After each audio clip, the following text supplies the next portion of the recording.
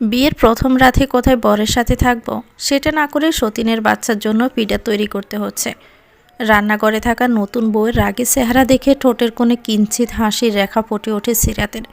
3 বছরের বাচ্চা মেয়েকে কোলে নিয়ে সে বিছানার মাঝখানে বসে আছে। ঘর থেকে রান্নাঘর সরাসরি দেখা যায়। পাশে অবাক চোখে তাকিয়ে দাঁড়িয়ে আছে মাহতাব।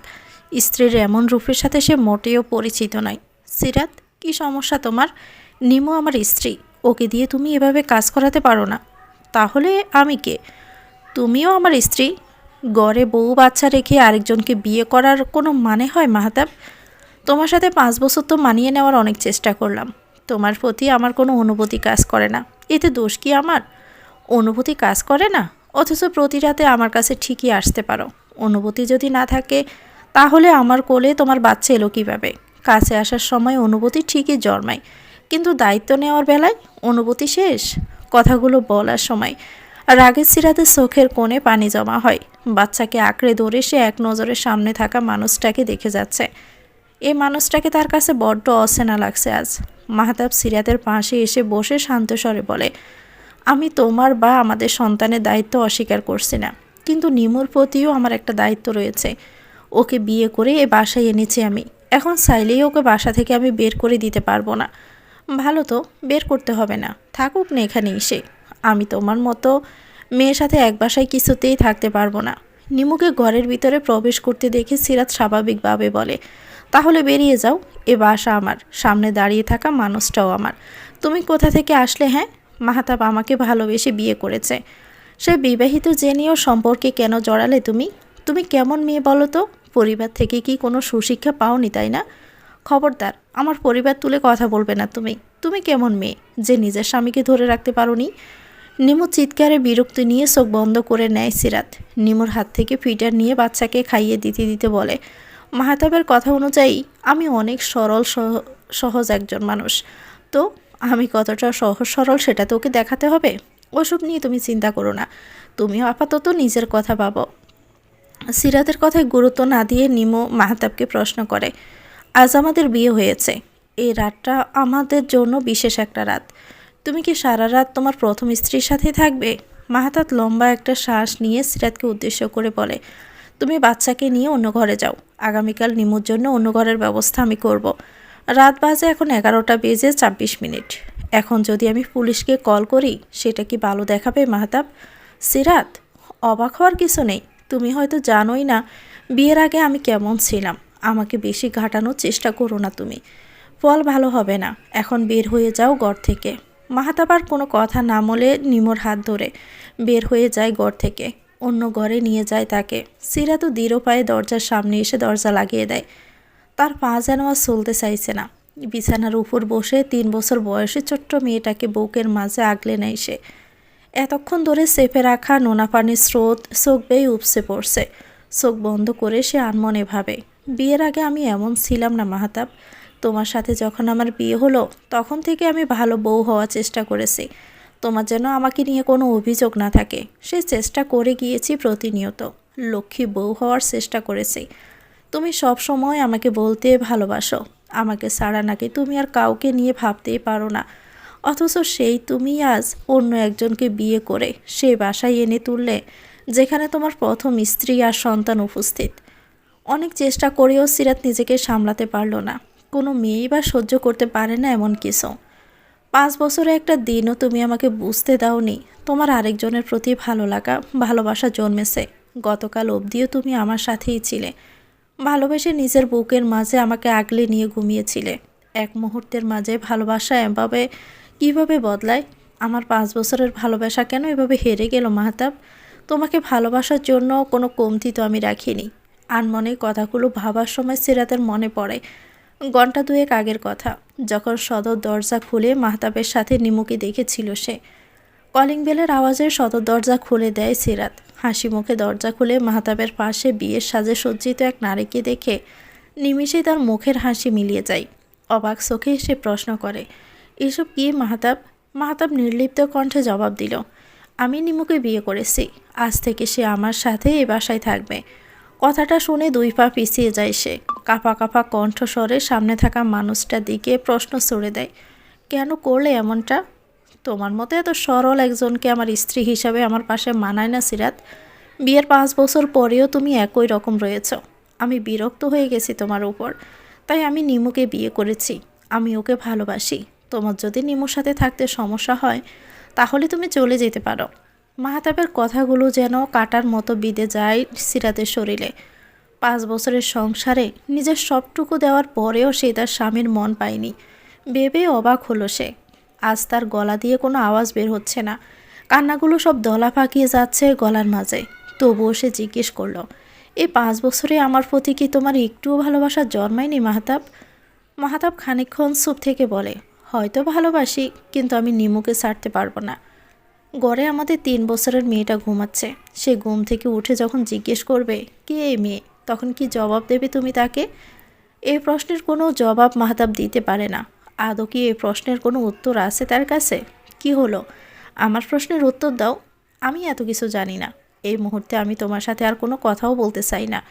কথাটা বলে মাহতাব নিমুকে নিয়ে বাসার ভিতরে ঢুকলে সিরাত বেশ শক্ত কণ্ঠে বলে, দাঁড়াও মাহতাব, তোমরা তো এভাবে ভিতরে যেতে পারবে না।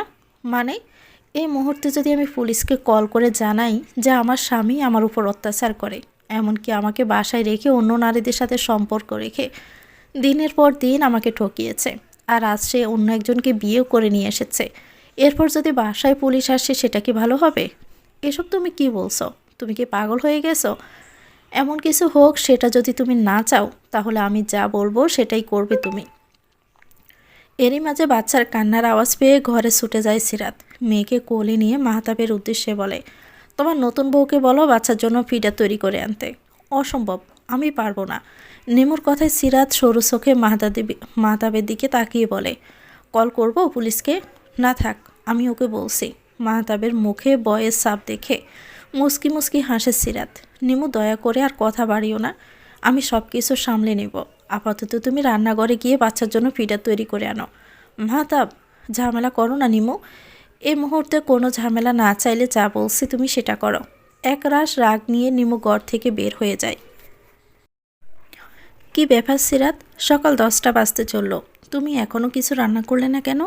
মাহতাবের কথা শুনে লম্বা হাই তুলে বিছানার উপর বসে সিরাত উত্তর দেয়, আজকে আমার শরীরটা কেমন যেন করছে, বিছানা থেকে উঠতে ইচ্ছে করছে না। তার উপর আমাদের মেয়ে নাবিহা আমাকে একদমই ছাড়তে চাইছে না আজ।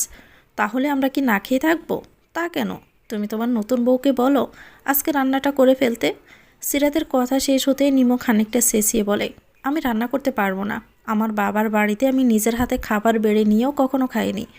স্বামীর ঘর করতে এসেছ আর এখন এসব বলছো? আমিও বাবার বাড়ির সবার কাছে ভীষণ আদরের ছিলাম। নিজের সংসারে এসে সবাইকেই মানিয়ে নিয়ে কাজ করতে হয়। বিয়ে সম্পর্কে বিন্দুমাত্র জ্ঞান না রেখে বিয়ে করে ফেললে? এই চুপ করো তো তুমি, তোমার থেকে কোনো পরামর্শ আমি চাইনি। তোমার মতো মেয়ের সাথে কথা বলার জন্য আমি বসে নেই, বুঝলে? এই, তোমার মতো মেয়ে মানে কি? হ্যাঁ, বিবাহিত পুরুষের সাথে সম্পর্ক করা মেয়েদের কি বলে জানো না তুমি? সিরাত, চুপ করো। কেন সকাল সকাল ঝগড়া করছো তুমি? মাহতাবের এমন কথায় সিরাতের চোখে মুখে ফুটে ওঠে বিরক্তির ছাপ। ঝগড়া আমি আগে শুরু করিনি মাহতাব, তাই ভুলেও আমাকে কোনো কিছু বলবে না তুমি। আচ্ছা, আমার ভুল হয়েছে, এখন কথা না বাড়িয়ে রান্না করে যাও, আমরা দুজন খেয়ে বের হব। 1 মিনিট, আমাকে কি তোমার নতুন বউর কাজের লোক মনে হয়? আমি রান্না করব আর সে খেয়ে পটের বিবি সেজে ঘুরে বেড়াবে? শখ তো মন্দ না। তুমি কি চাচ্ছ বলো তো? নাবিহা এখন ঘুমাচ্ছে, একটু আগে ঘুমিয়েছে আমার মেয়েটা। ওকে রেখে এখন আমি কোথাও যাব না। আগে তো নাবিহাকে ঘুমিয়ে রেখেই সব কাজ করতে তুমি, তখন আমাদের বাসায় আর কেউ ছিল না। কিন্তু এখন তো আছে। শুনে রাখো, আমি তোমার এই উটকো ঝামেলার কোনো কাজ করতে পারবো না। সিরাত, একদম চিৎকার করবে না। এখনও আশেপাশের কেউ তোমার খবরটা জানে না। তুমি চাইলে আমি নিজ দায়িত্বে সোসাইটির সবাইকে খবরটা জানাতেই পারি। জানাবো? এই, তুমি কি আমায় ভয় দেখাচ্ছ? একদমই না। তুমি যা করেছো তাতে ভয় দেখানোর কিছু নেই। আর তুমি কি ছোটো বাচ্চা যে আমি ভয় দেখাবো আর তুমি ভয়ে কাঁপবে? তুমি নিজেও জানো যে তুমি অন্যায় করেছো, তাই বলছি আমাকে বেশি রাগিও না। এর ফল কিন্তু ভালো হবে না। ধুর, তোমার সাথে কথা বলাই বেকার। নিমু, আজকে রান্নাটা তুমি করে নাও। তুমি এসব কি বলছো মাহতাব? রান্নার আমি আগে কখনো রান্না করিনি। নিমুর কথায় মাহতাব চোখ বন্ধ করে কয়েকবার শ্বাস ছেড়ে তাকে পাশে নিয়ে গিয়ে বলল, এখন বেশি ঝামেলা করো না। পরিস্থিতি হাতের বাহিরে চলে গেলে আমি আর সামলাতে পারবো না। মাহতাব, তুমি কি ভয় পাচ্ছ? তোমার যদি এতটা সমস্যা থাকে তাহলে আমাকে কেন বিয়ে করেছ? তবে কি তুমি আমাকে ভালোবেসে বিয়ে করনি, বাধ্য হয়ে বিয়ে করেছ? বিষয়টা এমন নয় নিমু। আমি ভেবেছিলাম সিরাত তেমন ঝামেলা করবে না, করলে ওকে আমি সামলে নিতে পারবো, কিন্তু সিরাত এখন যা করছে সেটা আমার কল্পনারও বাইরে ছিল। তুমি আমাকে বলেছিলে তোমার প্রথম স্ত্রী অনেক ভদ্র ও শান্ত, সহজে তর্ক করে না, তোমার সব কথা মেনে চলে, কিন্তু আমি তো সব বিপরীত দেখছি। সিরাতের এমন রূপ দেখে আমিও অবাক হয়েছি। ও এতদিন এমন ছিল না, অথচ আমাকে দেখেই এমন হয়ে গেল, তাই না? এভাবে চললে ওই মেয়ের সাথে আমি এই বাসায় একসাথে থাকতে পারবো না। এখন মেজাজ খারাপ করে কোনো লাভ নেই। আমার একটা কাজ আছে, আমি বাহিরে যাচ্ছি, বিকেলে ফিরে আমরা এসব নিয়ে আলোচনা করব। এই সময়টুকু তুমি ওর সাথে কোনো ঝামেলা করো না, এটা আমার অনুরোধ। আর সিরাজ যদি কিছু বলে তাহলে সেটা চুপচাপ মেনে নিবে, কারণ এই মেয়ে এখন যা আচরণ করছে তাতে আমাদের সাথে যা কিছু করে ফেলতে পারে। তার মানে আমি ওর সব কথা মেনে চলবো, তাই তো?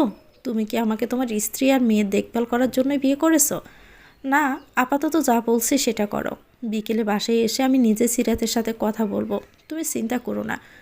নিমো রাগ নিয়ে ঘর থেকে বের হয়ে যায়। মাহতাব সিরাতের কাছে এগিয়ে এসে মেয়ের পাশে বসে কপালে চুমু দেয়। তারপর সিরাতের উদ্দেশ্যে বলে, আমি একটা কাজে বাইরে যাচ্ছি, জানি তুমি আমার উপর অনেক রেগে আসো, কিন্তু এই মুহূর্তে নিমোর সাথে আর কোনো ঝামেলা করো না সিরাত। আমি বাসায় ফিরে একটা সিদ্ধান্ত নিব, ততক্ষণ পর্যন্ত একটু চুপচাপ থেকো।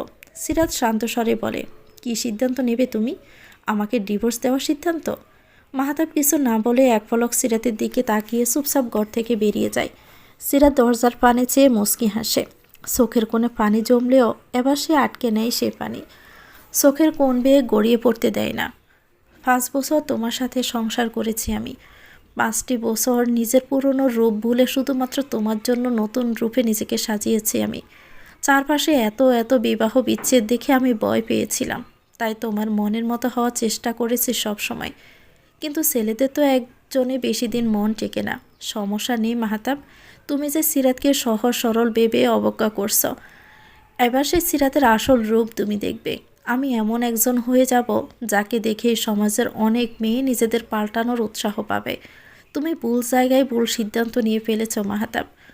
ঘরের মাঝে পায়চারি করছে নিমো, রাগে তার শরীর চলে যাচ্ছে।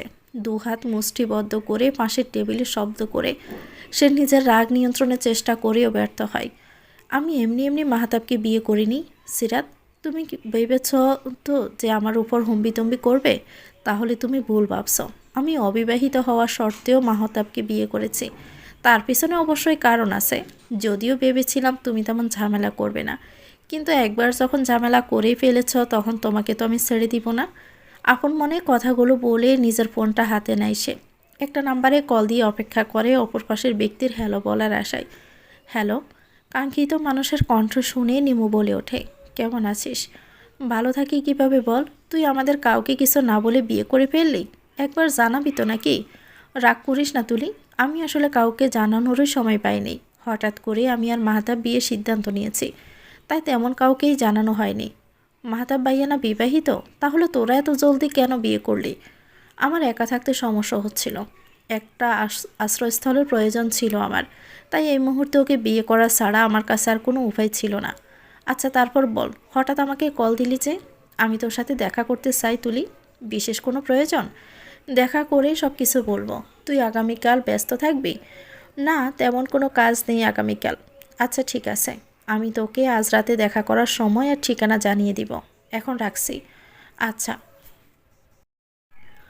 দণ্ডবিধি আইন 1860-এর 494 বিধান অনুযায়ী প্রথম স্ত্রীর অনুমতি ব্যতীত যদি কোনো ব্যক্তি দ্বিতীয়বার বিয়ে করেন তাহলে এ ধারার বিধান মতে স্ত্রী ফৌজদারি মামলা করতে পারবেন। এমন অবস্থায় স্বামীর অপরাধ প্রমাণিত হলে 7 বছর পর্যন্ত কারাদণ্ড ও অর্থদণ্ডে দণ্ডিত হবেন। ঘরে প্রবেশ করার আগ মুহূর্তে সিরাতের মুখে এমন কথা শুনেই থেমে যায় মাহতাব। বিস্ময়কর চাহনি নিয়ে সে তাকিয়ে থাকে মেয়েটার দিকে। স্বামীর এমন চাহনি দেখে মুচকি হাসে সিরাত। আরে তুমি কখন এলে? আসলে আমি আমার এক বান্ধবীর সাথে কথা বলছিলাম, সে আবার উকিল, অনেক দিন পর আমাদের কথা হলো। মাহতাব সিরাতের কাছে এসে জিজ্ঞেস করে, এসব কী বলছিলে তুমি? কোন সব? মামলা নিয়ে কথা বলেছিলে শুনলাম। ও এই ব্যাপার, তুমি আমার অনুমতি ব্যতীত দ্বিতীয় বিয়ে করেছো না? তাই আর কি ওকে এসব বিস্তারিত জানলাম, তখনই এসব বললেও। মাহতাব আচানক সিরাতের হাত ধরে নরম স্বরে বলল, আমি তোমার আর আমার মেয়ের সব রকমের ভরণ পোষণের দায়িত্ব নিব, কোনো অবহেলা করব না। তুমি দয়া করে রাগের বশবর্তী হয়ে কোনো সিদ্ধান্ত নিও না।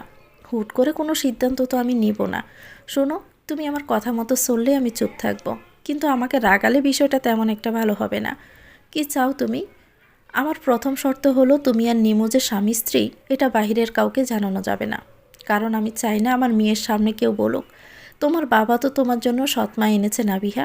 নাবিহা জানবে নিমু আমাদের বাসায় কিছুদিনের অতিথি হয়ে এসেছে। তোমার একটা ভুল সিদ্ধান্তর কারণেই আমার সন্তানের মানসিক বিকাশ বাধাগ্রস্ত হোক, এটা আমি কখনোই চাইব না। আমার কথা বুঝতে পেরেছ? তারপর আমার দ্বিতীয় শর্ত হলো তুমি নিমুকে অন্য কোথাও রাখতে পারবে না, ওকে এখানেই থাকতে হবে এবং ওকে আমার কথা মতো চলতে হবে। নিমু কেন তোমার কথা মতো চলবে? কারণ আমার কথা না শুনলে তোমরা ভালো থাকতে পারবে না। তুমি তো আমার ভালো থাকার কথা একবারও ভাবোনি, কিন্তু আমি তোমাকে ভালো থাকার একটা সুযোগ দিলাম। দ্বিতীয় বিয়ে করেছো না, এক নারীতে তো আসক্ত থাকতে পারলে না, সুতরাং তোমার ভালো থাকার মেয়াদ এমনিতেও ফুরিয়ে আসছে। তাই আমাকে শান্ত রাখলে তোমার জন্য সেটা কল্যাণকর হবে। আর কোনো শর্ত আছে? আমার তৃতীয় শর্ত হলো তুমি ভুলেও আমার কাছে আসতে পারবে না। স্বামীর অধিকার তো মোটেও ফলাতে পারবে না, আমার কোনো কাজে বাধা দিতে পারবে না। যদি আমার উপর জোর করো তাহলে আমি পুলিশকে কল করতে 1 মিনিটও সময় লাগবে না। এগুলো কী রকমের শর্ত তোমার? আমার এই 3টে শর্তে যদি তুমি রাজি না হও তাহলে তোমার ভালো থাকার দায়িত্ব কেবল তোমার। পরবর্তীতে তোমার সাথে যা যা হবে তার জন্য তুমি আমাকে দায়ী করতে পারবে না। মাহতাব চোখ বন্ধ করে কিছুক্ষণ ভেবে বলে, ঠিক আছে, আমি তোমার সব শর্তে রাজি। তবে হ্যাঁ, নাবিহার সামনে আমরা স্বাভাবিক থাকব, কারণ পারিবারিক সমস্যার কারণে ওর মনে কোনো প্রভাব পড়ুক সেটা আমি চাই না। তুমি যা বলবে তাই হবে। কথাটা বলে মাহতাব ঘর থেকে বেরিয়ে যায়। সিরাত জানে মাহতাব এত সহজে সব মানবে না, সেটার জন্য দ্বিতীয় পরিকল্পনা তৈরি আছে তার। কথাটা ভেবেই সে মুচকি হাসে। নিমুর কাছে এসে মাহতাব বসতে সে বলে ওঠে, তুমি কি ওই মেয়ের কোনো ব্যবস্থা করবে না? করবো তো, সময় দাও একটু আমাকে। সময় দাও মানে কি? আর কত সময় চাও তুমি? ওই মেয়েকে নাকি তুমি ভালোবাসো না, তাহলে ওর হাতে তালাকনামা কেন ধরিয়ে দিতে পারছো না? সব কিছু এত সহজ নয়। একে তো আমি ওকে না জানিয়ে তোমাকে বিয়ে করেছি, তার উপর সিরাত যথেষ্ট বুদ্ধিমতী। এই মুহূর্তে যদি আমি ওর হাতে তালাকনামা ধরিয়ে দিতে চাই তো ওই মেয়ে আমার হাতে হাতকড়া পরিয়ে দিবে। তাহলে তুমি কি এখন ওকে ভয় পেয়ে চুপ করে থাকবে? বলে যেও না নিমু, আমাদের একটা সন্তান আছে। আমার সিরাতের প্রতি আর কোনো আগ্রহ না থাকলেও সন্তানের প্রতি ভালোবাসা আছে। আমি আমার মেয়েকে অনেক ভালোবাসি। এখন যদি সিরাত আমার কাছ থেকে আমার মেয়েকে দূরে সরিয়ে দেয় তখন কি হবে? তোমার কথা শুনে আমি এত দ্রুত তোমাকে বিয়ে করলাম, এটা করেই তো ঝামেলা সৃষ্টি হলো। ও তাই? তাহলে তুমি কি চাইছিলে? বিয়ে ছাড়াই দিনের পর দিন আমার সাথে থাকতে চাইছিলে? বিয়ের আগে আমাদের মধ্যে অনেক কিছু হয়েছে, আমরা একসাথে থেকেছি, এসবের জন্য আমার সমস্যা হয়েছে, তাই বিয়ের জন্য তোমাকে চাপ দিয়েছি। ভুলটা কি করলাম আমি? বিয়ে করেছি তো, তাহলে পুরনো কথা কেন তুলছো? কারণ তুমি আমাকে দোষারোপ করছো তাই। এখন আমার তর্ক করতে ভালো লাগছে না, আমি ফ্রেশ হতে যাচ্ছি। মাহাতা ফ্রেশ হতে গেলে নিমু ফোন হাতে নিয়ে তুলিকে কল দেয়। কল রিসিভ করলে সে বলে, হ্যালো তুলি। হ্যাঁ নিমু বল। আগামীকাল দুপুরের পর আমি তোর সাথে দেখা করব। আমরা যেখানে সবসময় দেখা করি ওখানে 3টার মধ্যে চলে আসবি। আচ্ছা। কল কেটে দিয়ে নিমু মোবাইলে ফেসবুক স্ক্রল করতে শুরু করে। মাহতাব ওয়াশরুম থেকে বের হয়ে বলে, আমার ক্ষুধা লেগেছে, আমার জন্য খাবার নিয়ে আসো। আমি একটু নাটক দেখছি, তুমি রান্নাঘরে গিয়ে একটু কষ্ট করে খাবার নিয়ে নাও। এসবের মানে কি নিমু? আমার খাবার আগে নাকি তোমার এই নাটক দেখা আগে হলো? আরে বাবা, তুমি এত রেগে যাচ্ছ কেন? নিজের খাবারটুকু নিজে নিয়ে খেলে কি মহাভারত অশুদ্ধ হয়ে যাবে? স্ত্রীর এমন ব্যবহারে বেশ অবাক হয়ে যায় মাহতাব। বিয়ের আগে প্রায় সময় নিমু মাহতাবের জন্য রান্না করত। মাহতাব গেলে নিজে হাতে সব কিছু নিয়ে এসে খাইয়ে দিত। আর আজ সেই মেয়ে তার খাওয়ানোর গুরুত্বই দিচ্ছে না। এসব ভেবে ভিতর থেকে একটা দীর্ঘশ্বাস বেরিয়ে আসে তার। রান্নাঘরে গিয়ে নিজের খাবার নিয়ে চেয়ারে বসে খেয়ে নেয় মাহতাব। খাওয়ার সময় তার মনে পড়ে আগে সে খাওয়ার সময় সিরাত পাশে বসে থাকতো। তার কখন কি লাগবে সব দিকে নজর ছিল মেয়েটার। মাহতাব ভেবেছিল হয়তো নিমুও এমন হবে। বিয়ের আগের নিমুর সাথে এখনকার নিমুর কোনো মিল খুঁজে পায় না সে। খাওয়া শেষে মাহতাব মেয়ের কাছে যায়। মেয়েকে এখনও জেগে থাকতে দেখে সিরাতকে প্রশ্ন করলে, মামুনি এখনও ঘুমায়নি যে? সন্ধ্যা থেকেই কান্না করছে, না তো খাচ্ছে আর না তো ঘুমাচ্ছে। একটু আগে ঘুমিয়েছিল, আবার উঠে গিয়েছে। মাহতাব মেয়েকে কোলে নিয়ে কপালে চুমু দিয়ে ঘরের মধ্যে পায়চারি করতে শুরু করে। বাবার কোলে উঠে মেয়ের কান্না থেমে যায়। বাবাকে পেয়ে সে যেন ভীষণ খুশি হয়েছে।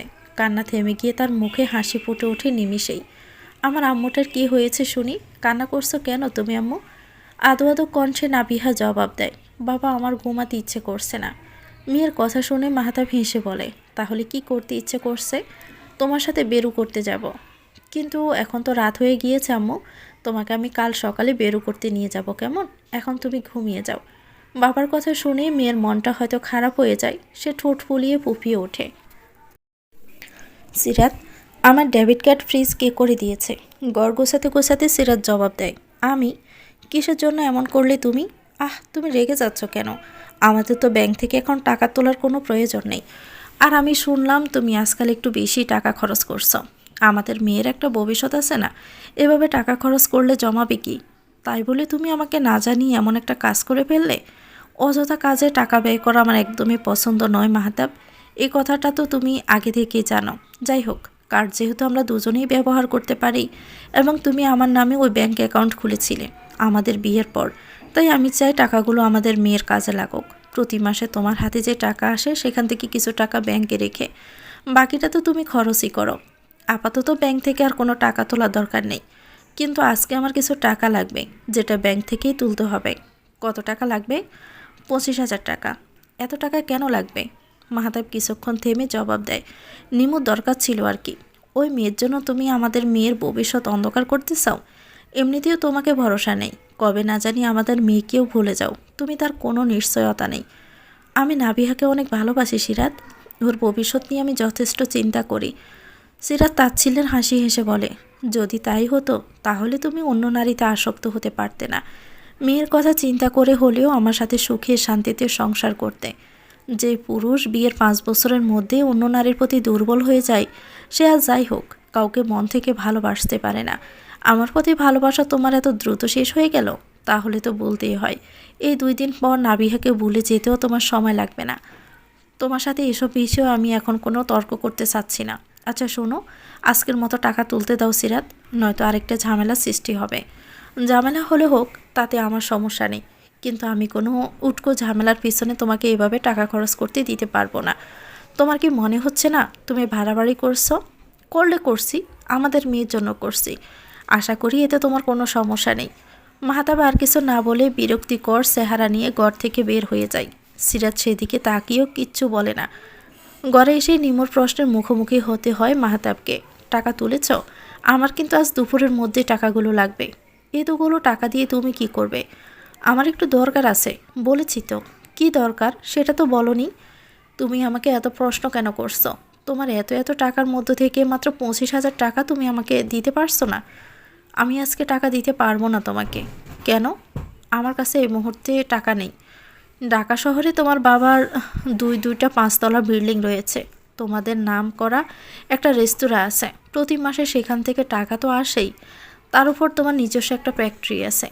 আমি তো কোনো গরিব ভিখারিকে বিয়ে করিনি মাহাতাব, যেখানে প্রতি মাসে তুমি লাখ লাখ টাকার ব্যবসা করো। সেখানে আমাকে মাত্র 25,000 টাকা দিতে তোমার হাত কাঁপছে? আমি কি তোমাকে টাকা দেইনি? প্রতি মাসে তোমার জন্য আমি 30,000 টাকা করে পাঠিয়েছি। যখন যা চেয়েছ তাই দিয়েছি, কিন্তু 2-1বার সমস্যা তো থাকতেই পারে। আমি টাকার মেশিন নই যে তুমি যখন টাকা চাইবে তখনই আমি টাকা দিতে বাধ্য হব। কথাটা বলেই মাহতাব ঘর থেকে বেরিয়ে সোজা বাহিরে চলে যায়। নিমুর আগে পুষতে পুষতে বিছানার উপর বসে সাতুর খামছে ধরে। সিরাত দূর থেকে এসব দেখে মুচকি হাসে। এটা তো কেবল শুরু।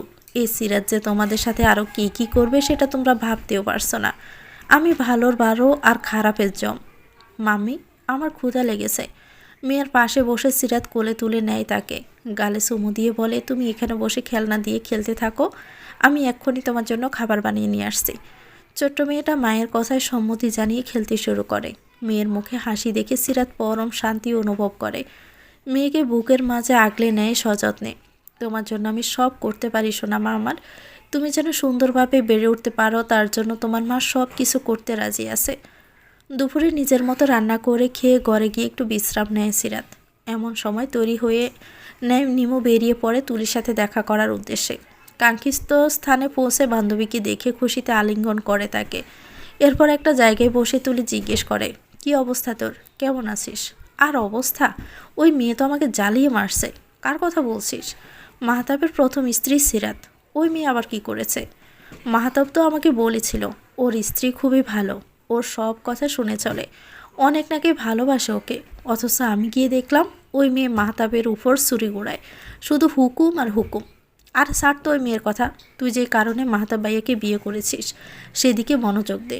আর টাকা এনেছিস? কিভাবে আনবো? মাহতাব আমাকে টাকা দেয়নি। টাকা দেয়নি মানে? আমাদের তো টাকার প্রয়োজন ভাই।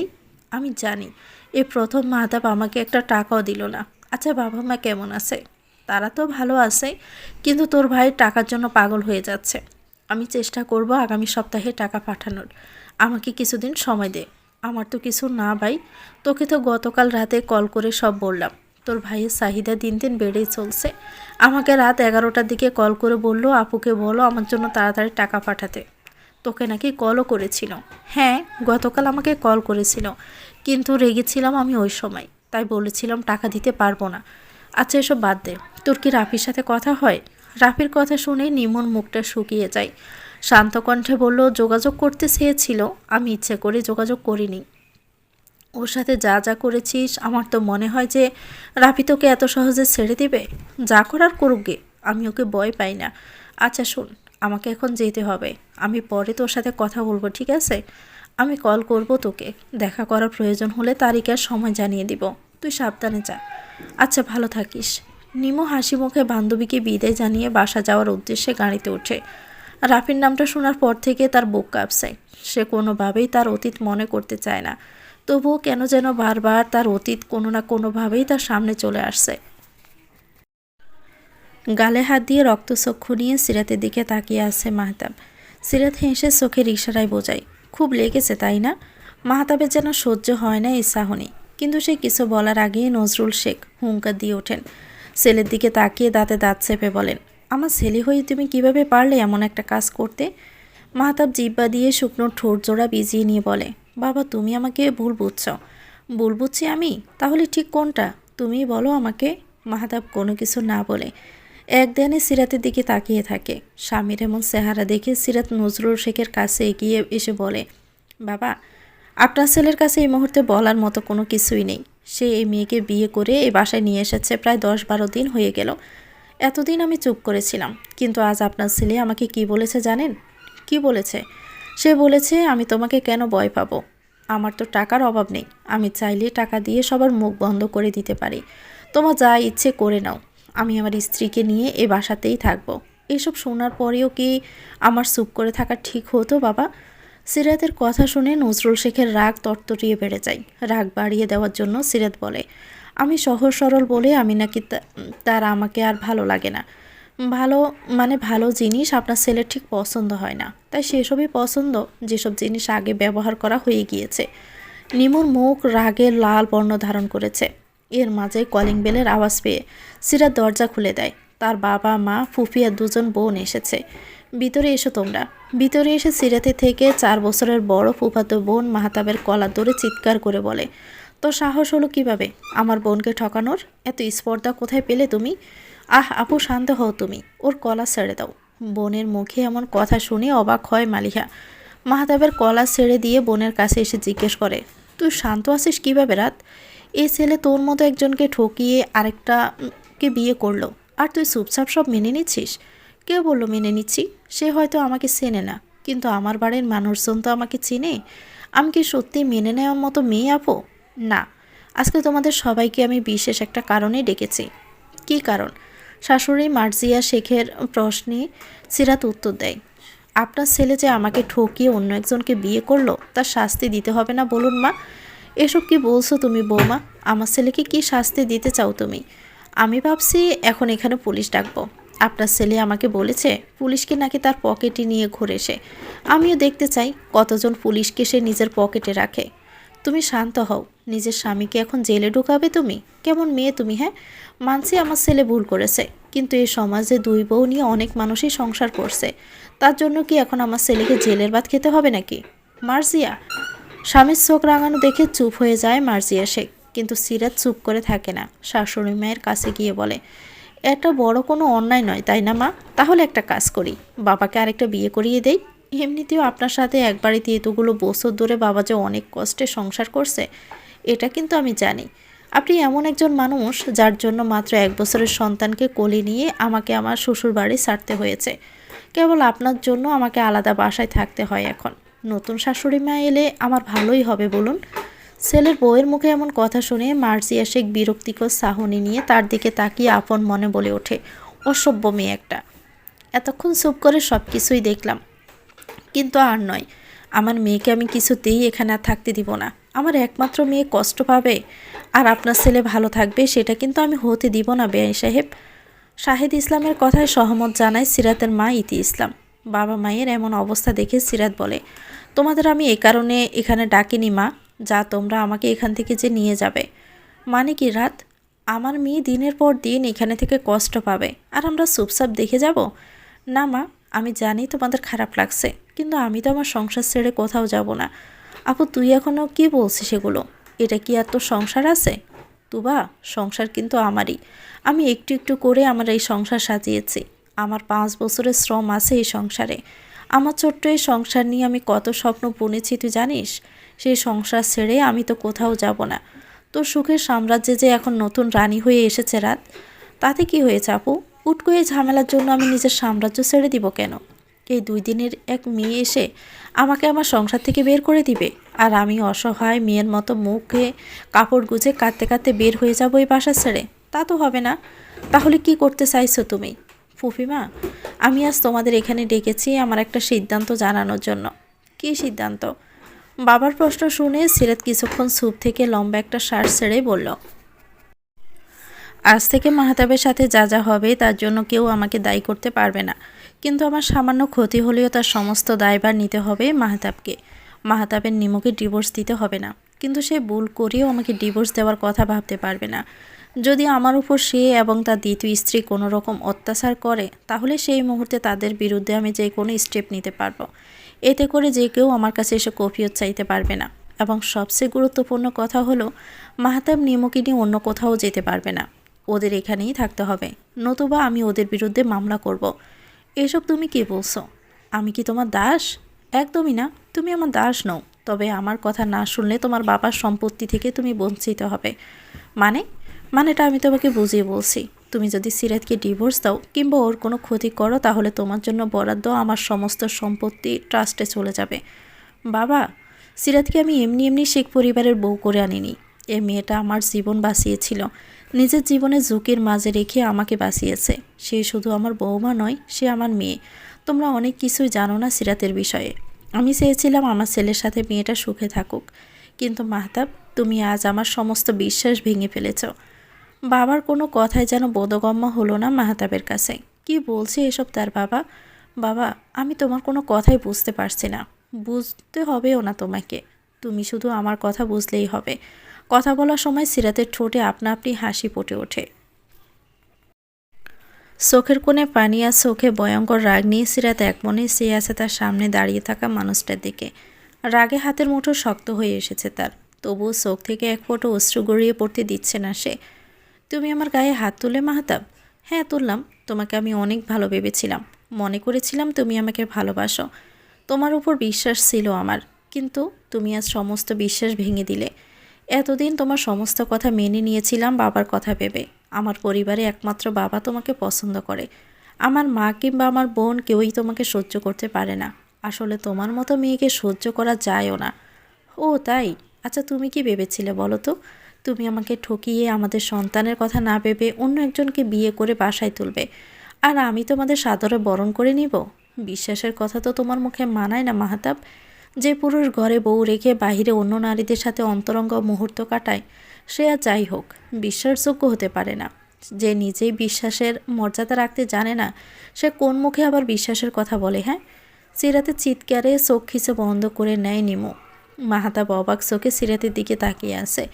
মেয়েটার চোখগুলো অস্বাভাবিক রকমের লাল হয়ে আছে, রাগে পুরো মুখ লাল হয়ে গিয়েছে। উষ্ঠদয় অনবরত কাঁপছে। এর আগে কখনোই সিরাতের এমন রূপ দেখেনি মাহতাব। ভীষণ অস্বাভাবিক লাগছে মেয়েটাকে। দুহাতে চুল মুষ্টিবদ্ধ করে লম্বা শ্বাস ছেড়ে সিরাত মাহতাবের কাছে এগিয়ে যায়। মিস্টার শাহরিয়ার মাহতাব, এতদিন আপনি আমার শান্তশিষ্ট রূপটা দেখেছেন অতি সাধারণ একজন মেয়ের তার স্বামীর প্রতি অগাধ ভালোবাসা। আজ আমি মুমতাহিনা ইসলাম সিরাত বলছি। কথা দিচ্ছি, ঠিক এই মুহূর্তে থেকে আপনি প্রতিটা পদে পদে অনুভব করবেন জীবন কতটা কঠিন। আমি যদি আপনার জীবনে নরক বানিয়ে না ছেড়েছি তো আমি চলে যাব।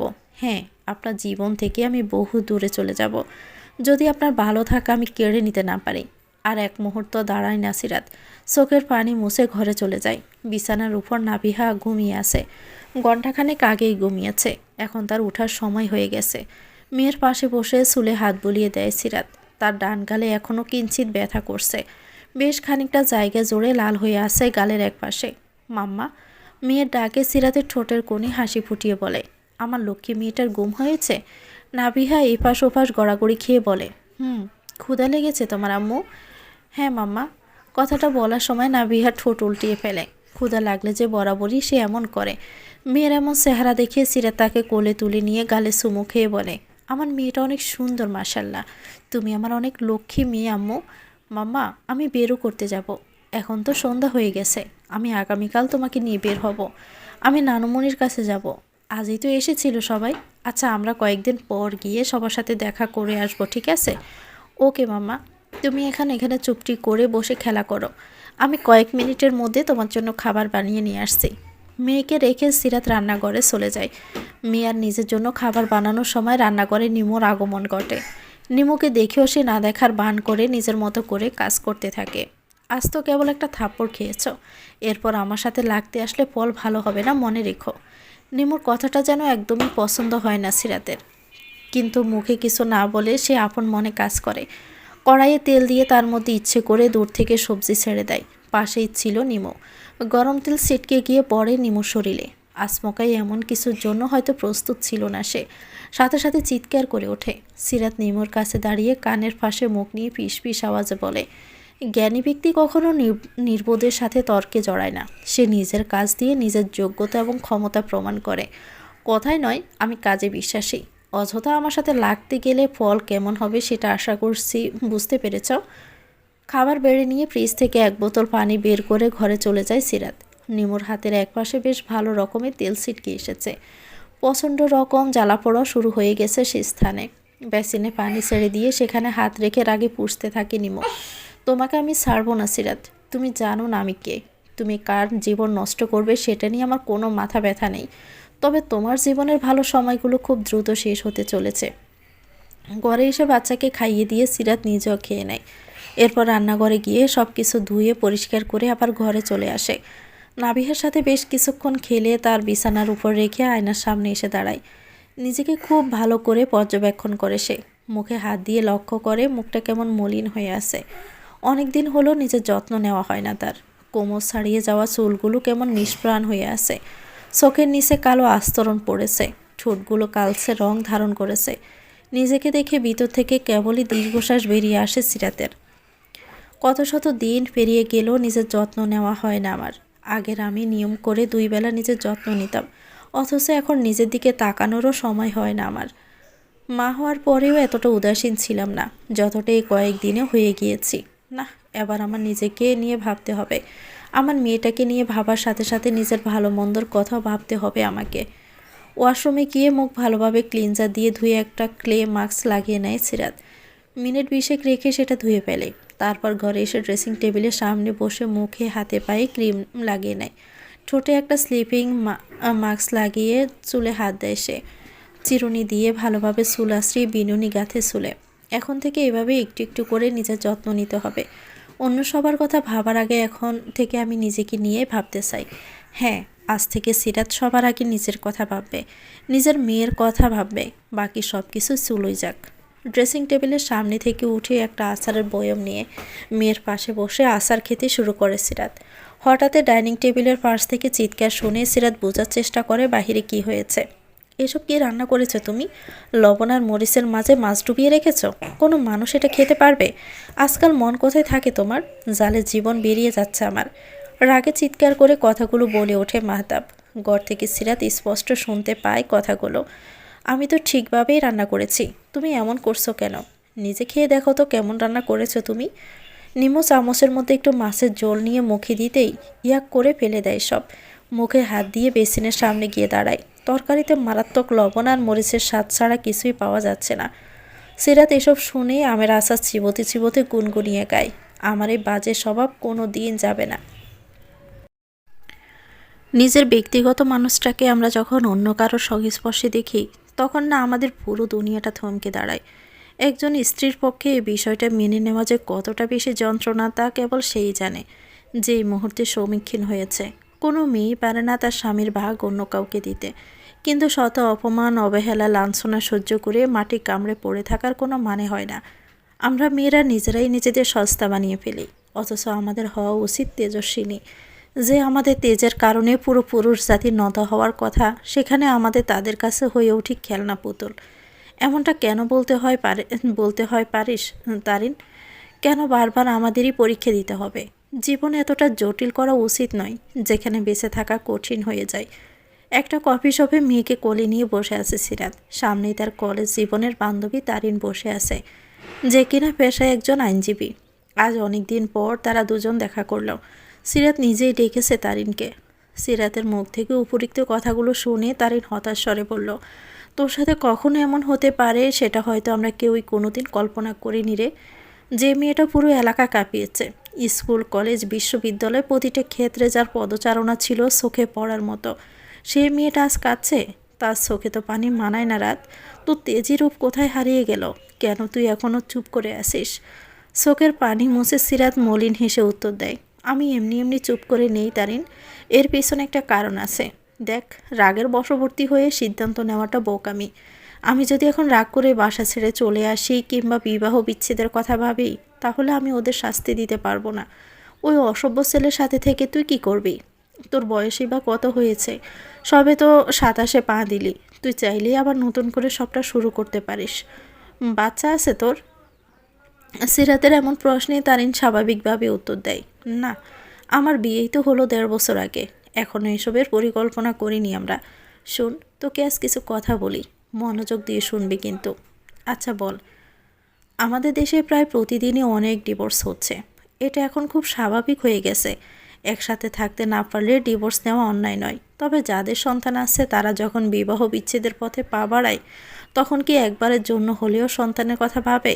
আমি সংসার করতে পারছি না, আমার স্বামীর সাথে আমি থাকতে পারছি না, তাই ডিভোর্স একমাত্র সমাধান। ঠিক আছে, ডিভোর্স হয়ে গেল। এরপর আমি নতুন করে জীবনও শুরু করলাম অন্য একজনের সাথে। আমার প্রাক্তনও বিয়ে করে সুখেই আছে। মাঝখান থেকে সমুদ্রের মাঝে আটকে গেল নিষ্পাপ সন্তানেরা। মা বাবার বিবাহ বিচ্ছেদ দেখা, তাদের নতুন করে জীবন শুরু করতে দেখা, সব কিছুই দেখে বাচ্চাগুলো। কিন্তু এসবের জন্য নিষ্পাপ বাচ্চাগুলো মানসিকভাবে কতটা ভেঙে পড়ে তা কেউ জানে না। আরে ভাই, আমি যদি বাচ্চা জন্ম দিয়ে তাকে ঠিকভাবে বড় করেই তুলতে না পারি, তাহলে আমার বাচ্চা নেওয়ার কী দরকার? বাচ্চার বাবা সন্তানের কথা ভাবেনি বলে আমিও মা হয়ে ভেবে দেখব না যে আমার বাচ্চা কিসে ভালো থাকবে? তাহলে আমি মা হলাম কেন? আজীবন যদি নিজের কথাই ভেবে চলতে হয়, তাহলে তো বাচ্চা জন্ম দেওয়ার কোনো দরকার নেই। মানছি তোর কথাগুলো ঠিক, কিন্তু বাচ্চার কথা চিন্তা করে নিজের জন্য একটুও ভাববি না তুই? আচ্ছা ধরে নে, তোদের কথা মেনে নিয়ে আমি মাহাতাবকে ডিভোর্স দিলাম। এরপর অন্য একজনকে বিয়ে করলাম। সে বিয়ের আগে কথা দিলেও আমার মেয়েকে নিজের মেয়ের মতো করেই আগলে রাখবে। কিন্তু বিয়ের পর সে যদি বদলে যায়, আমার মেয়েকে যদি নিজের মেয়ে ভাবতে না পারে, আর যদি বলে মেয়েকে হোস্টেলে দিয়ে দাও, অথবা এমন হলো যে সেই সংসারেও আমি সুখী হলাম না, তখন তোরা কি বলবি? একেও ডিভোর্স দিয়ে দে, আবার নতুন করে জীবন শুরু কর, এটাই বলবি তো? তারিন কোনো জবাব না দিয়ে চুপ করে বসে থাকে। তাকে এভাবে বসে থাকতে দেখে সিরাত দীর্ঘশ্বাস ছেড়ে বলে, তুই তো আইনজীবী, তোর কাছে তো ডিভোর্সের কেসই সবচেয়ে বেশি আসে। তুই যাদের ডিভোর্স করিয়েছিস তাদের মধ্যে কারোর যদি বাচ্চা থাকে, তাহলে একদিন তার সাথে দেখা করে জিজ্ঞেস করিস, তুমি ভালো আছো তো? আমি 100% নিশ্চয়তা দিয়ে বলতে পারি সে বাচ্চার উত্তর হবে, আমি ভালো নেই। নিজের বাবা মা ছাড়া আমি ভালো নেই। আমার বাবা মার আমার কথা একটা ভালো ভাবেনি। আমি ওদের ঘৃণা করি। হ্যাঁ, বেশিরভাগ সন্তানই বাবা মায়ের বিচ্ছেদের পর তাদের ঘৃণা করতে শুরু করে। আমি চাই না আমার মেয়েও আমাকে ঘৃণা করুক, আমার দিকে ঘৃণা দৃষ্টিতে তাকিয়ে বলুক, মাম্মা তুমিও আমার কথা ভাবলে না?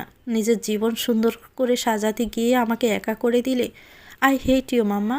নিজের চেয়ার ছেড়ে উঠে সিরাতের পাশে গিয়ে দাঁড়ায় তারিন, কাঁধে হাত রেখে সাহস জোগায় তাকে। তুই চিন্তা করিস না, আমরা আসছি তোর পাশে। শুধু আমি না, আমাদের পুরো বন্ধু মহল তোর সাথে আছে। তুই যা ভাবছিস সেটাই কর।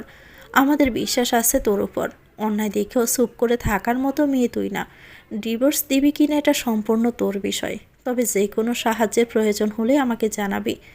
এজন্যই আজ তোকে এখানে ডেকেছি। আমার এখন তোকে প্রয়োজন।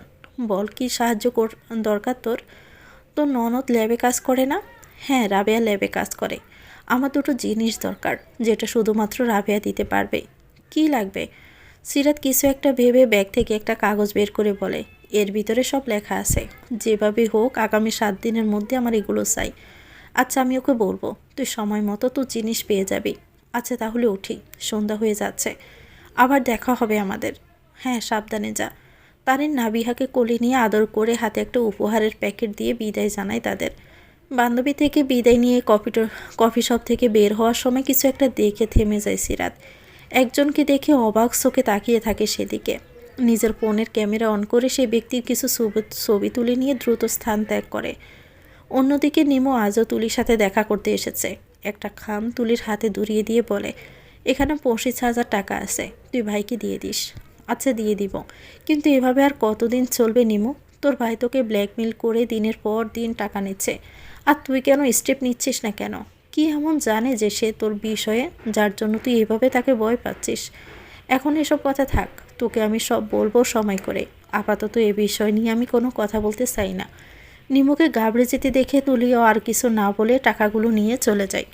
তুলি চলে গেলেও নিমুর ভয় দূর হয় না। ঠান্ডার মাঝেও কপালে বিন্দু বিন্দু ঘাম জমে তার। নিজের সুখের জন্য আমি যা যা করেছি তা জানাজানি হয়ে গেলে আমি শেষ হয়ে যাব। আমার অতীত সামনে আসা যাবে না। মাহাতাবকে কিচ্ছু জানতে দেওয়া যাবে না। তার জন্য যা যা করার দরকার আমি সব করব। মিস্টার শাহরিয়ার মাহতাব শেখ, আমরা দুঃখিত, কারণ আপনার কোম্পানির সাথে আমাদের কোম্পানি আর কখনোই চুক্তিবদ্ধ হবে না। আপনার থেকে আমরা আর কোনো ধরনের পোশাক নিব না। আপনারা নিজেদের কোয়ালিটি ধরে রাখতে পারছেন না। এভাবে চললে আপনাদের সাথে কাজ করা আমাদের পক্ষে সম্ভব নয়। কথাটা শুনে মাহতাব যেন বড়সড় রকমে ধাক্কা খায়। নিজেকে কোনো রকমে সামলে নিয়ে ফোনের এই পাশ থেকে উত্তেজিত স্বরে বলে, এসব আপনি কি বলছেন মিস্টার তৌহিদ? আপনাদের সাথে আমাদের পরিচয় তো 2-1 দিনের নয়, 3 বছর ধরে একসাথে আমরা কাজ করছি। আপনাদের থেকে আবার 10 লক্ষ টাকার অর্ডার নিয়েছিল আমার কোম্পানি। আমার কোম্পানি থেকে ইতিমধ্যে সবগুলো পোশাক বানানোও হয়ে গেছে। আজই তো ডেলিভারি হওয়ার কথা। সরি মিস্টার শেখ, উপর মহল থেকে যা বলা হয়েছে আমরা সেই অনুযায়ী কাজ করতে বাধ্য। আর কখনো আপনার কোম্পানির সাথে আমরা কাজ করতে পারবো না। কল কেটে যায়। মাহতাব হতাশ হয়ে চেয়ারে বসে পড়ে।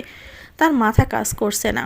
10 লক্ষ টাকা তো আর কম নয়। এখন এতগুলো টাকার পোশাক সে কী করবে? এ ভেবে নিঃশ্বাস আটকে আসছে তার। মাহতাবের অফিস কক্ষের পাশ থেকে কেউ একজন সরে যায়। তারপর কল করে একজনকে জানায় অর্ডার ক্যান্সেল হয়ে গিয়েছে। এমতো অবস্থায় কোম্পানিকে অনেক লসের সম্মুখীন হতে হবে। অপর পাশ থেকে আগন্তুকের বলা কথাগুলো শুনে কল কেটে দেয় সে। মাহতাব বিষণ্ণ মনে বাসায় ফিরে সিরাতকে দেখে অসহায় চোখেই তাকায় তার দিকে। সেদিন সিরাতের গায়ে হাত তোলা ঠিক হয়নি ভেবে চোখ নামিয়ে নেয়। মা বাবা শ্বশুরবাড়ির সবাই চলে গেলে মাথায় জিদ চেপে যায় মাহতাবের। এতদিন সিরাতের সব কথা শুনেছে কেবল বাবার ভয়ে। এরপরেও তার বাবা যখন সব জেনেই গিয়েছে, তখন আর সিরাতকে সহ্য হচ্ছিল না মাহতাবের। রাগের বশবর্তী হয়ে সিরাতের গায়ে হাত তুলে ফেলেছিল এই কারণে। বিয়ের পর এটাই ছিল প্রথম গায়ে হাত তোলা। মেয়েটা সেই দিনের পর থেকে আর কোনো কথাই বলেনি। দেখলেও কেমন যেন এড়িয়ে যায়। কি হয়েছে তোমার? তোমাকে এমন অস্থির লাগছে কেন? নিমুর প্রশ্নের উত্তরে মাহতাব ছোট্ট করে জবাব দেয়, কিছু হয়নি। নিমু পুনরায় জিজ্ঞেস করে, মিথ্যে বলছো কেন? কিছু তো অবশ্যই হয়েছে। নিমু, আমাদের কোম্পানির অনেক বড় ক্ষতি হয়ে গেল। 10 লক্ষ টাকা লস খেতে বসেছি আমরা। কি বলছো তুমি? 10 লক্ষ টাকা? কিভাবে হলো এসব? আমি নিজেও জানি না, কিছু বুঝতে পারছি না। এসবের জন্য তোমার কোম্পানির পথে বসবে না তো? তাহলে তো তুমিও পথে বসে যাবে। আমাদের সংসার চলবে কীভাবে তাহলে? আমি কিন্তু তোমার সাথে অভাবে সংসার করতে পারবো না। নিমোর প্রশ্নে অবাক হয়ে যায় মাহতাব। এই মেয়েটা নিজের স্বার্থ ছাড়া কি আর কিছুই ভাবতে পারে না? তোমার সাথে এই বিষয়ে কথা বলতে চাচ্ছি না আমি। আমাকে একটু একা থাকতে দাও। মাহতাব চলে যায়। নিমো এক মনে ভাবে, আমি বিয়ে করে আসতে না আসতে এই ছেলের সমস্যা শুরু হয়ে গেছে। এর চেয়ে তো বিয়ে না করে প্রেমিকা হয়ে থাকাই ভালো ছিল। না চাইতেই সব কিছু পেয়ে যেতাম। মাহতাব বাসায় আসার পরপরই মেয়েকে নিয়ে বেরিয়ে যায় সিরাত। তারিনের সাথে দেখা করে প্রয়োজনীয় জিনিসগুলো নিয়ে চলে যায় অন্য একজনের সাথে দেখা করতে। রাস্তার পাশে ছোটোখাটো একটা বাড়ি, বেশ পুরনো বাড়ি বলাই চলে। এ বাড়িতে অবি একাই থাকে। বছর দুয়েক আগে মাকে হারিয়েছে, আর ছোটোবেলায় হারিয়েছে বাবাকে। বাড়ির দরজায় আওয়াজ করতে বেরিয়ে আসে অবি। চোখে মোটা প্রেমে চশমা, চুলগুলো কোকড়ানো, মুখে খোঁচা খোঁচা দাড়ি আর চোখে উদাসীন ভাব। এই ছেলেটার এমন রূপ দেখে সিরাত বরাবরই হাসে। আজও তার ব্যতিক্রম হলো না। মুখে হাসি রেখে ভিতরে ঢুকে বলে ওঠে, আজও একই রকম রয়ে গেলি? অভি চুলের মাঝে হাত দিয়ে মুচকি হেসে উত্তর দেয়, বোকা প্রেমিকেরা কখনো পাল্টায় না, তারা আজীবন একই রয়ে যায়। আর কতকাল এভাবে একা থাকবি শুনি? বিয়ে শাদী করবি না নাকি? তোর মতো এত বিয়ের শখ নাই আমার। তোর তো সুখে থাকতে ভালো লাগছিল না, তাই তো এত তাড়াতাড়ি করে বিয়ে করে বাচ্চার মা হয়ে গেলি। আমাকে খোসা দিয়ে কথা বলে এখনও শান্তি লাগে? জানি না, তো এতদিন পর আমার কথা মনে পড়লো হঠাৎ? কেন, মনে পড়া বারণ নাকি? ছেড়ে চলে গেলি তো নিজেই। আমাদের সবাইকে ছেড়ে চলে গেলি, অজানায় পাড়ি জমালি। আমার না খুব জানতে ইচ্ছা করে, তুই ভালো আছিস তো? সিরাত মলিন হেসে জবাব দেয়, আমি ভালো নেই রে, একদম ভালো নেই। বাস্তবতার সাথে লড়াই করতে করতে আমি ক্লান্ত হয়ে যাচ্ছি। তেজস্বিনীর মুখে এমন কথা মানায় না। আগের আমি সম্পূর্ণ পাল্টে গিয়েছিলাম বিয়ের পর, তবে এখন পুনরায় সেই রূপে ফিরতে হবে। কি হয়েছে তোর? আমাকে বল বিস্তারিত সব। অভি, তোকে আমার হয়ে একটা কাজ করতে হবে, বাকি সব কিছু পরে বলবো। আপাতত এই দুটি ছবি রাখ, এদের বিষয়ে সব কিছু জানতে চাই আমি। আর এক্ষেত্রে গোপনে একমাত্র তুই আমাকে সাহায্য করতে পারবি। সিরাতের হাত থেকে ছবি দুটো নিয়ে ভালোভাবে পর্যবেক্ষণ করে অভি জানায়, এদের খোঁজ দিয়ে তুই কি করবি? বললাম না, সব কিছু পরে বলবো। তুই যত দ্রুত সম্ভব এদের খোঁজ নিয়ে আমাকে জানাবি। আচ্ছা, জানাবো। আজ তাহলে উঠি। মেয়েকে নিয়ে প্রথমবার এলি, এক কাপ চা তো খেয়ে যা। বাচ্চাকে নিয়ে রাতের বেলা বাইরে বের হই না আমি, এখন বাড়িতে যেতে হবে। খুব শীঘ্রই তোর সাথে আমার আবার দেখা হবে। ভালো কথা, যার কথা ভেবে আজও উদাসীন তুই, সে কিন্তু বিবাহিত।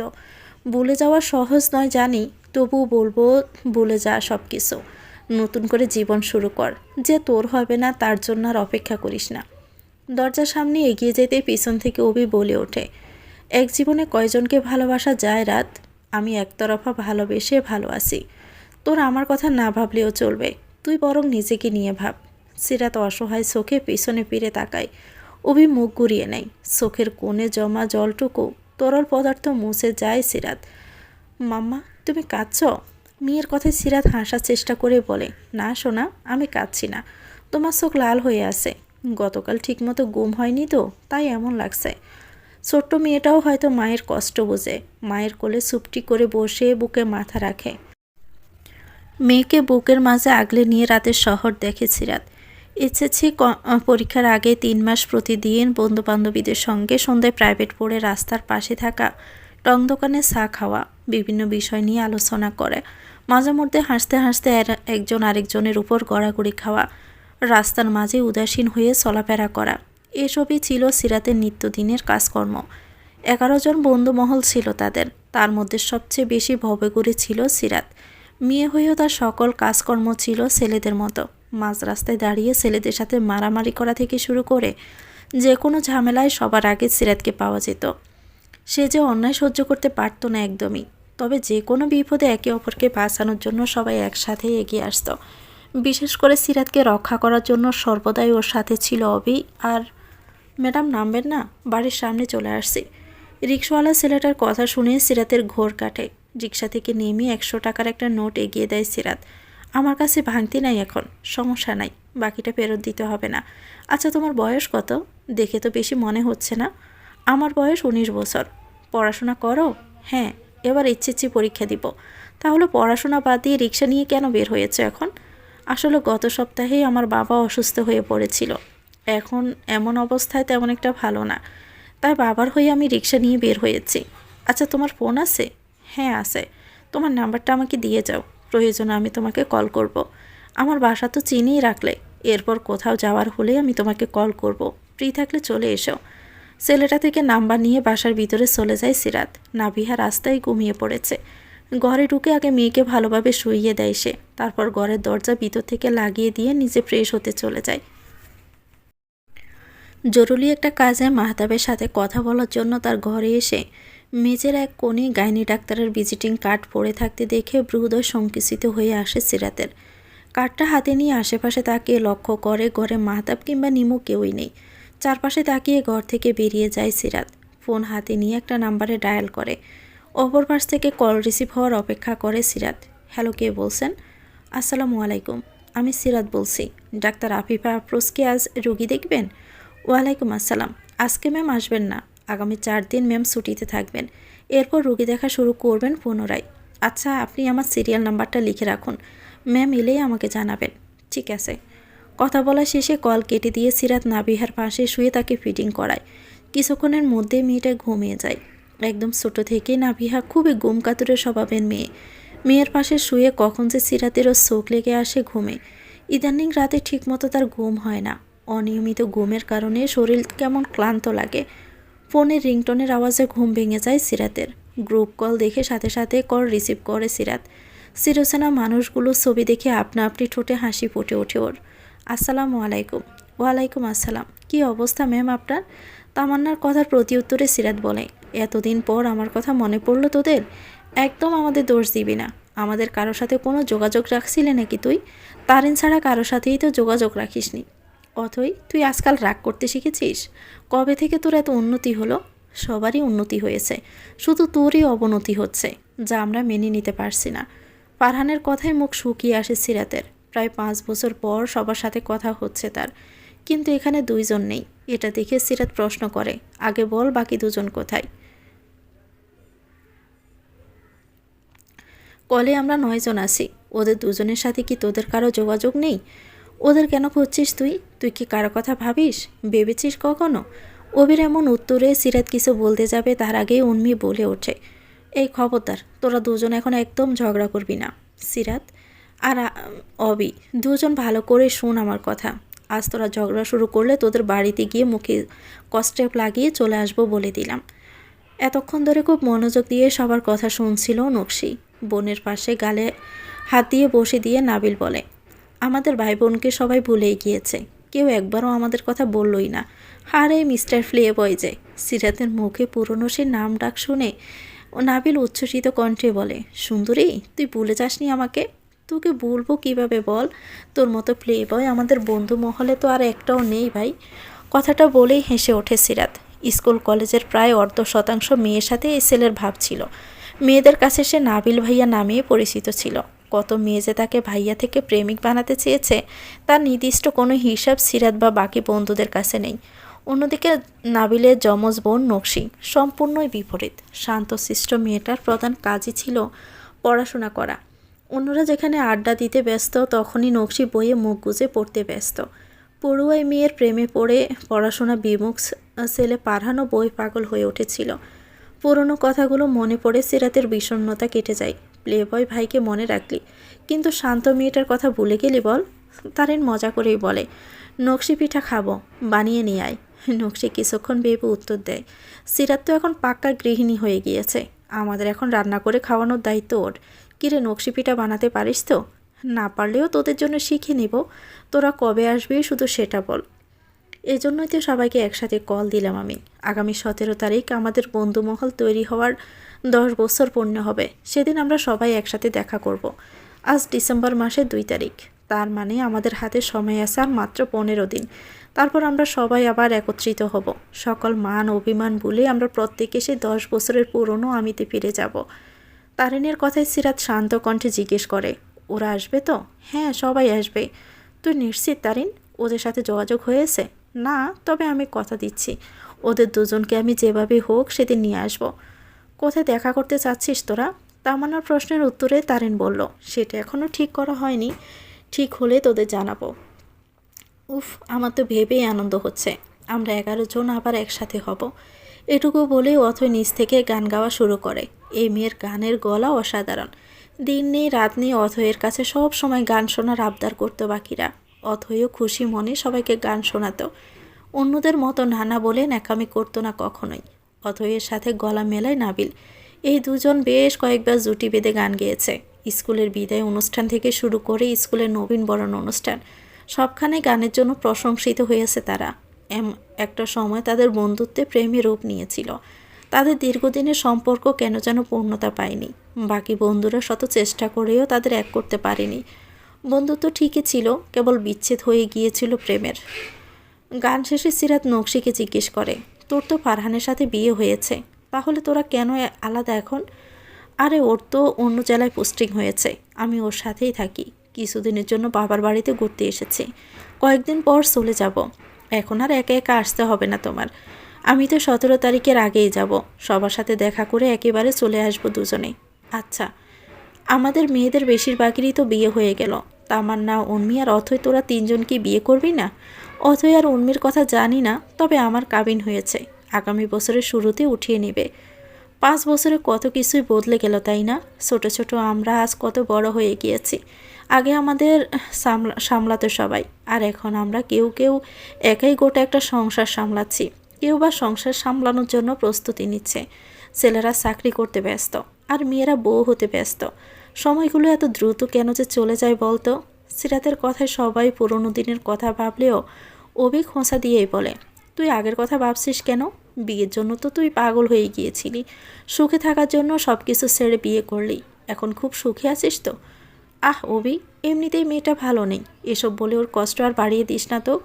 ওকে বলতে দে তারিন, পুরনো সব রাগ জমিয়ে রেখেছে তো, আজ সেসব উজাড় করে দিক।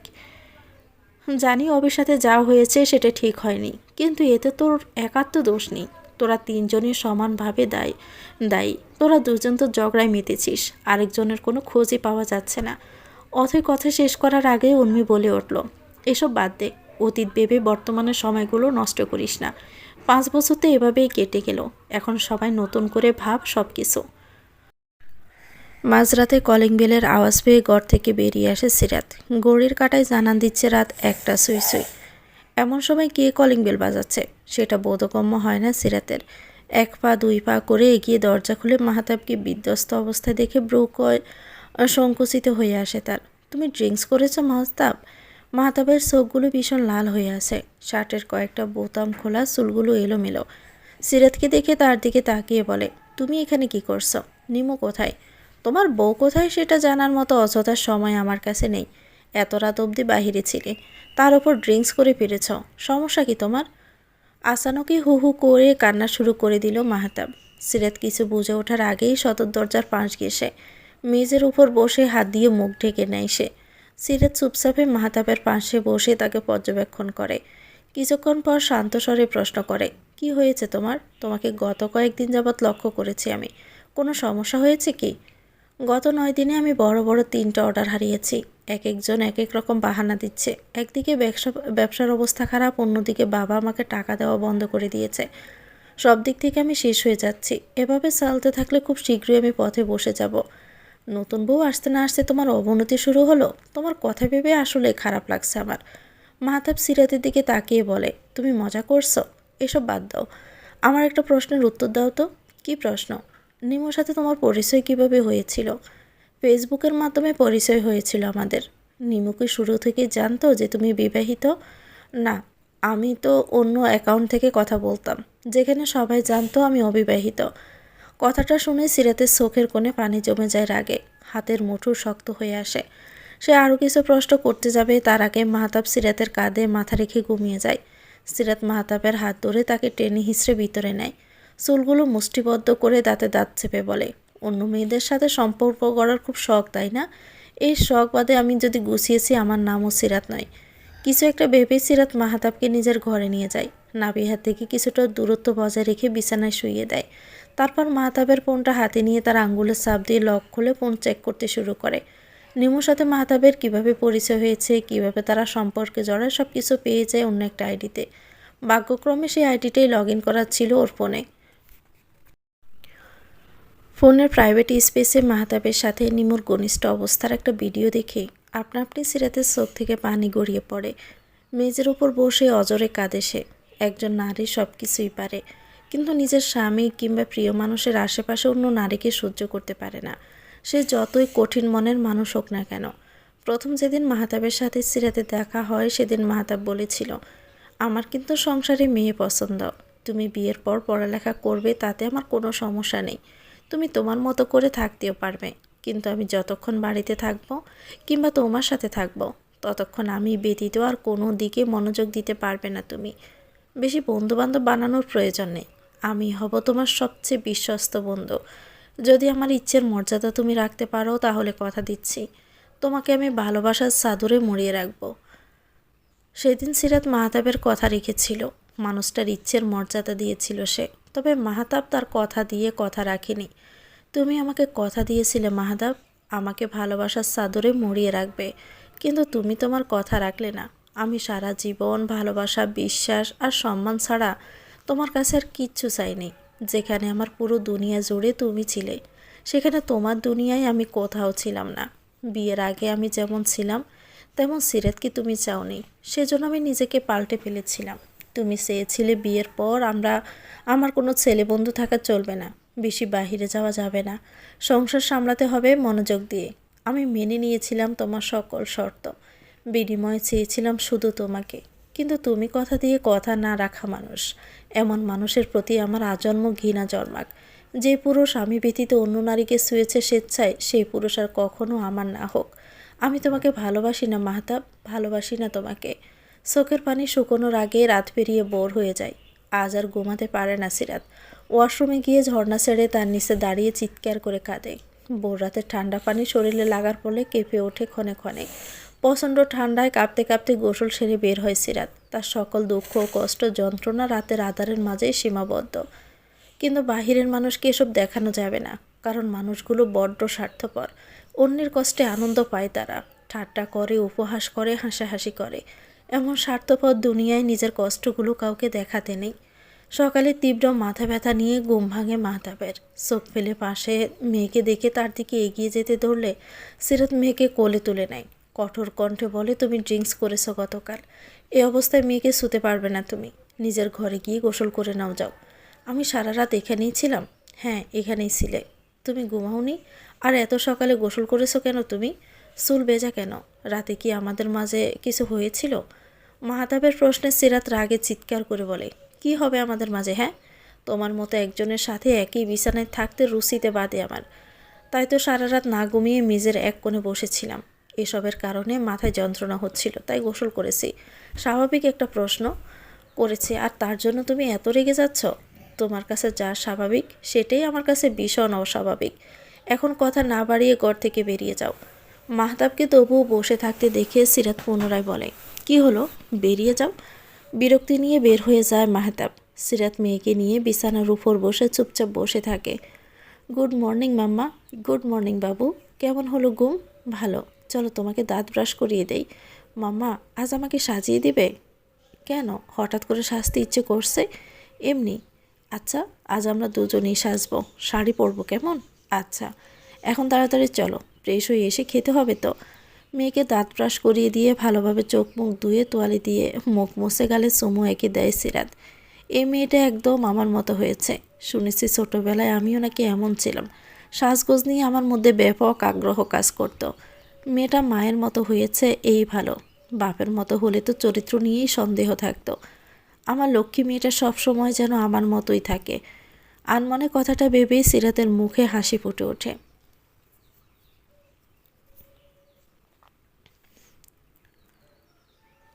মাঝ রাস্তায় দাঁড়িয়ে 4-5 জন ছেলেকে ইচ্ছে মতো মারছে সিরাত। রাগে তার পুরো মুখ লাল বর্ণ ধারণ করেছে। পাশে একটা মেয়ে জড়সড় হয়ে দাঁড়িয়ে আছে। মেয়েদের দেখলে জ্বালাতন করতে মন চায়, তাই না? আজ তোদের সব কয়টাকে শখ মিটিয়ে দিব আমি। পরিবার থেকে কোনো সুশিক্ষা পাসনি, তাই না? নিজের মা বোনের সাথেও কি এমন করিস? বোনের হাত ধরে বলিস তোকে অনেক হট লাগছে, কাছে টানতে ইচ্ছে করছে? বলিস না তো। তাহলে অন্যের বোনের দিকে কোন নজর দেশ কোন জ্ঞানে? আসমকায় একজন সিরাতের হাত ধরে ফেলে। একজন ছেলের শক্তির সাথে সিরাত আর পেরে উঠছে না। সমস্ত শক্তি যেন শেষ হয়ে গিয়েছে এতক্ষণ যাবৎ মারামারি করে। হাতে ব্যথা অনুভব করে চোখ বন্ধ করে নেয় সিরাত। অনেকক্ষণ ধরে তোর বাড়াবাড়ি দেখছি। তুই একা আমাদের কুফুকাত করবি? এত সহজ নাকি? আগে তো শুধু ওই মেয়েকে ধরেছিলাম, এখন তোকেও নিয়ে যাব। চল আমাদের সাথে। সিরাত শত চেষ্টা করেও হাত ছাড়াতে পারে না। তার হুডির পকেটে সে সবসময় কিছু সেফটি পিন রাখে। কায়দা করে অন্য হাতে সে সেফটি পিন বের করে ছেলেটার হাতে গেঁথে দেয়। ব্যথায় চিৎকার করে ওঠে সে ছেলে। তোর এত বড় সাহস আমাদের সাথে লাগতে আসিস? এই তোরা ধর তো এটাকে। কথাটা বলে অন্য একজন সিরাতের কাছে এসে তার গায়ে হাত তুলতে গেলে পিছন থেকে কেউ সজোরে লাথি দেয় তার পিঠে। তার পিছন থেকে বেরিয়ে আসে অবি। সিরাত দুজনকে দেখে যেন প্রাণ ফিরে পায়, শক্তি ফিরে পায় শরীরে। আগন্তুক মেয়ের কাছে গিয়ে বলে, তোমাকে যারা যারা বাজে ইঙ্গিত দিয়েছে প্রত্যেককে নিজ হাতে শাস্তি দিবে তুমি, চলো আমার সাথে। ইতিমধ্যে ছেলেগুলোর অবস্থা খারাপ করে ফেলেছে অবি আর তার বন্ধু মিলে। সিরাত মেয়েটাকে সামনে এনে ব্যাগ থেকে স্টিলের স্কেল বের করে তার হাতে দিয়ে বলে, শুরু করো। মেয়েটা কিছুক্ষণ তাকিয়ে থাকে সিরাতের দিকে, তারপর চোখ বন্ধ করে কিছু একটা ভেবে ইচ্ছে মতো স্কেল দিয়ে আঘাত করে ছেলেগুলোর শরীরে। একদিকে ছেলেগুলোর চিৎকার, অন্যদিকে উৎসুক জনগণের ভিড়, সব কিছু মিলিয়ে পরিবেশটা অন্যরকম হয়ে গিয়েছে। নিজের রাগ মিটিয়ে মেয়েটা সিরাতকে জড়িয়ে ধরে কাঁদতে শুরু করে। কৃতজ্ঞতা সুরেই বলে, ধন্যবাদ আপু, এখানে এতজন থাকা সত্ত্বেও কেউ প্রতিবাদ করেনি, কেবল আপনি এগিয়ে এসেছেন। আপনার এই উপকার আমি কখনোই ভুলবো না। কান্না বন্ধ করো। তুমি কেন কাঁদছ? যারা অন্যায় করেছে তারা কাঁদবে। একটা কথা মনে রাখবে, নিজেকে কখনো দুর্বল ভাববে না। তুমি নারী, তুমি নিজেকে বাঁচানোর ক্ষমতা নিজের মধ্যেই লুকিয়ে রেখেছ। যে কোনো পরিস্থিতিতে ভয় না পেয়ে পরিস্থিতি মোকাবেলা করতে জানতে হবে। আজ যেমন ভয় পেয়ে জড়সড় হয়েছিলে, এমনটা আর কখনোই করবে না। নিজের শেষ নিঃশ্বাস ত্যাগ করার আগ পর্যন্ত প্রতিবাদ করবে অন্যায়ের বিরুদ্ধে। আপনার কথাগুলো আমি মনে রাখবো আপু। আচ্ছা, কী নাম তোমার? পুষ্প। সিরাত পুষ্পকে পাশে রেখে আশেপাশের মানুষজনের দিকে তাকিয়ে কঠোর কণ্ঠে বলে, বিনা টিকিটে সার্কাস দেখা কি শেষ? ভিডিও করেছেন তো অনেকেই। এসব ভিডিও অনলাইনে কি ক্যাপশন দিয়ে ছাড়বেন? একজন মেয়ের এমনই হওয়া উচিত, এভাবে প্রতিবাদ করা উচিত অন্যায়ের বিরুদ্ধে। এইসবই লিখবেন তো নাকি? নাকি একজন মেয়ে কতটা উচ্ছৃঙ্খল হলে ছেলেদের সাথে এভাবে মারামারি করতে পারে সেটা দেখুন আপনারা, এমন ক্যাপশন দেবেন? না মানে আপনাদের যোগ্যতা তো এইটুকুই, আপনারা বিনা আমন্ত্রণে সার্কাস দেখতে চলে আসেন, কিন্তু প্রতিবাদ করার সময় হয়ে যান বেজা বেড়াল। এই যে এখানে এতজন ছেলে দাঁড়িয়ে আছেন, প্রত্যেকে দাঁড়িয়ে দাঁড়িয়ে শুধু এই অসভ্য ছেলেগুলোর অসভ্যতা আমি দেখলেন। একজনেরও কি সাহস হলো না প্রতিবাদ করার? এমন মেরুদণ্ডহীন কাপুরুষ হওয়া থেকে আপনাদের জন্ম না হলেই বোধহয় ভালো হতো, তাই না? সবাইকে চুপ করে থাকতে দেখে রাগে শরীর কাঁপে সিরাতের। অবিতার কাছে এসে বলে, শান্ত হ, এখানে আর কোনো ঝামেলা করিস না। পুলিশ আসছে, এবার যা করার ওরা করবে, তুই আমাদের সাথে চল। একটু দাঁড়া। পায়ে ব্যথা লাগায় হাঁটতে কষ্ট হচ্ছে সিরাতের, তবুও পুষ্পের কাছে গিয়ে কাঁধে হাত রেখে বলে, একা বাড়ি যেতে পারবে তো? হ্যাঁ পারবো, সামনে 2টা মোড় পার হলেই আমার হোস্টেল। হোস্টেলে থাকো তুমি? হ্যাঁ। আচ্ছা, সাবধানে চলাফেরা করবে। তুমি প্রথম বর্ষে পড়ো তাই না? হ্যাঁ আপু। আমাকে আপু ডাকতে হবে না, আমি তোমার সমবয়সী। সিরাতের কথা শুনে অবাক চোখে তাকিয়ে থাকে পুষ্প। এই অবাক হওয়ার কারণ সিরাত জানে, তাই মুচকি হেসে বলে, এভাবে তাকাতে হবে না, যাও হোস্টেলে ফিরে যাও। ধীরে ধীরে রাস্তা ফাঁকা হয়ে যায়। অবি সিরাতের কাছে এসে বলে, এখন তুইও বাড়িতে চল। আমি না ঠিকমতো হাঁটতে পারছি না, ডান পায়ে খুব ব্যথা করছে। কথাটা বলা শেষ হওয়ার আগে তৎক্ষণাৎ একজন সিরাতকে কোলে তুলে নেয়। আর ইভান, কি করছিস তুই? নামিয়ে দে আমাকে। একদম চুপ করে থাকবি। রোমান্স করার জন্য তোকে কোলে তুলে নেইনি। হাঁটতে পারছিস না, তাই তো বাধ্য হয়ে তোকে স্পর্শ করতে হলো, নয়তো কখনোই তোকে স্পর্শই করতাম না। এতক্ষণ যাবৎ স্মৃতিচারণ করছিল সিরাত, সেদিন প্রথমবারের মতো কোনো ছেলে তাকে স্পর্শ করেছিল। ভিতরে সংকোচবোধ থাকলেও সেদিন সিরাত ইভানকে কিছু বলেনি, কারণ সে জানতো ইভান কখনো তার অসম্মান করবে না। বিয়ের আগে সেই স্পর্শ ছিল সিরাতের জীবনের প্রথম এবং শেষ স্পর্শ। ঘটনার প্রায় 6 বছর পার হয়ে গেছে, কিন্তু আজও সিরাত কিছুই বলতে পারেনি। ভালো আছিস? পরিচিত কণ্ঠস্বর শুনে চমকে ওঠে সিরাত। এতদিন পর সে মানুষটার কণ্ঠ শুনে পিছনে ফিরে তাকায় সে। অস্পষ্ট স্বরে উচ্চারণ করে, ইভান। সামনে দাঁড়িয়ে থাকা ছেলেটার দিকে তাকিয়েও কোনো এক অজানা কারণে চোখ সরিয়ে নেয় সিরাত। স্বাভাবিক কণ্ঠে উত্তর দেয়, আলহামদুলিল্লাহ ভালো আছি। তুই কেমন আছিস? সবসময় যেমন থাকি, বিন্দাস। একাই এসেছিস নাকি পরিবার সহ? তুই হয়তো রুলস ভুলে গিয়েছিস, আজ এখানে শুধুমাত্র বন্ধুদের ডাকা হয়েছে, তাদের পরিবার সহ ডাকা হয়নি। ও হ্যাঁ, মনে ছিল না। এত তাড়াতাড়ি বুড়ি হয়ে গেলি? স্মৃতিশক্তি কমে গিয়েছে। এত স্মৃতি মনে রেখে কি হবে বলতো? দুজনের কথা বলার মাঝে একজন দৌড়ে এসে সিরাতকে জড়িয়ে ধরে। দোস্ত, কেমন আছিস তুই? জানিস তোকে আমি অনেক মিস করেছি, অবশেষে তোর সাথে আবার দেখা হলো আমার। সিরাত হাসি মুখে বান্ধবীকে জড়িয়ে ধরে বলে, আমি খুব করে চাইছিলাম যেন আজ তোর সাথে আমার দেখা হয়। তোর সাথে আমার দেখা হওয়াটা ভীষণ জরুরি ছিল মামা। পুরনো বন্ধুদের ফিরে পেয়ে প্রত্যেকের মুখে আজ তৃপ্তির হাসি ফুটে উঠেছে। 11 জন বন্ধু আজ আবারও এক হয়েছে। একে একে প্রত্যেকে একই জায়গায় এসে দাঁড়ায়। তারপর স্ক্রিনে বড় করে বেশি ওঠে একটা ভিডিও, সাথে বেশি আসে সিরাতের কণ্ঠস্বর। ডিসেম্বরের 17 তারিখ, সময়টা 2013 সাল। জেএসসি পরীক্ষার প্রস্তুতি নেওয়ার জন্য ভর্তি হলাম রেটিনায়। পড়াশোনা করতে এসে পরিচয় হলো একজাক নতুন মুখের সাথে। এক একজন এক এক রকমের ব্যক্তিত্ব, কেউ হাসি খুশি তো কেউ গম্ভীর, কেউ চঞ্চল তো কেউ শান্ত। 9 জন নতুন মানুষের সাথে পরিচয় হয় আমার এবং মাওয়ার। ধীরে ধীরে বন্ধুত্ব গড়ে ওঠে আমাদের মাঝে। সে কি শক্ত বন্ধন আমাদের! মাত্র কয়েক মাসে আমরা সবাই হয়ে উঠি একে অপরের জানের জান দোস্ত। আমি আর মাওয়া তখন ভিন্ন স্কুলের বাসিন্দা। ফলস্বরূপ তাদের থেকে আলাদা হওয়ার ভয় কাজ করা কেবল শুরু মনে। দুজন মিলে সিদ্ধান্ত নিলাম ওদের স্কুল ভর্তি হব। পরীক্ষার পর সবাই মিলে একসাথে মিলিত হলাম ডিসেম্বরের 17 তারিখে। সেই দিনকে আমাদের বন্ধু মহলের জন্মদিন হিসেবে ঘোষণা করলাম আমরা। সিরাত, তারিন, মাওয়া, উন্মি, নকশি, তামান্না, অথৈ, নাবিল, ইভান, অবি, ফারহান এবং 11 জনের সংমিশ্রে তৈরি হওয়া বন্ধু মহলের নাম দিলাম ওয়ার্ল্ড অফ স্টার। দেখতে দেখতে পেরিয়ে গেল ওয়ার্ল্ড অফ স্টারের 10 বছর। এই 10 বছরে সবার জীবনের গল্প পাল্টাছে, তবে পাল্টায়নি শুধু আমাদের বন্ধু মহলের গল্প। তবে আমাদের বন্ধু মহল আজও টিকে আছে। সিরাত, তোমার সমস্যা কোথায় বলো তো?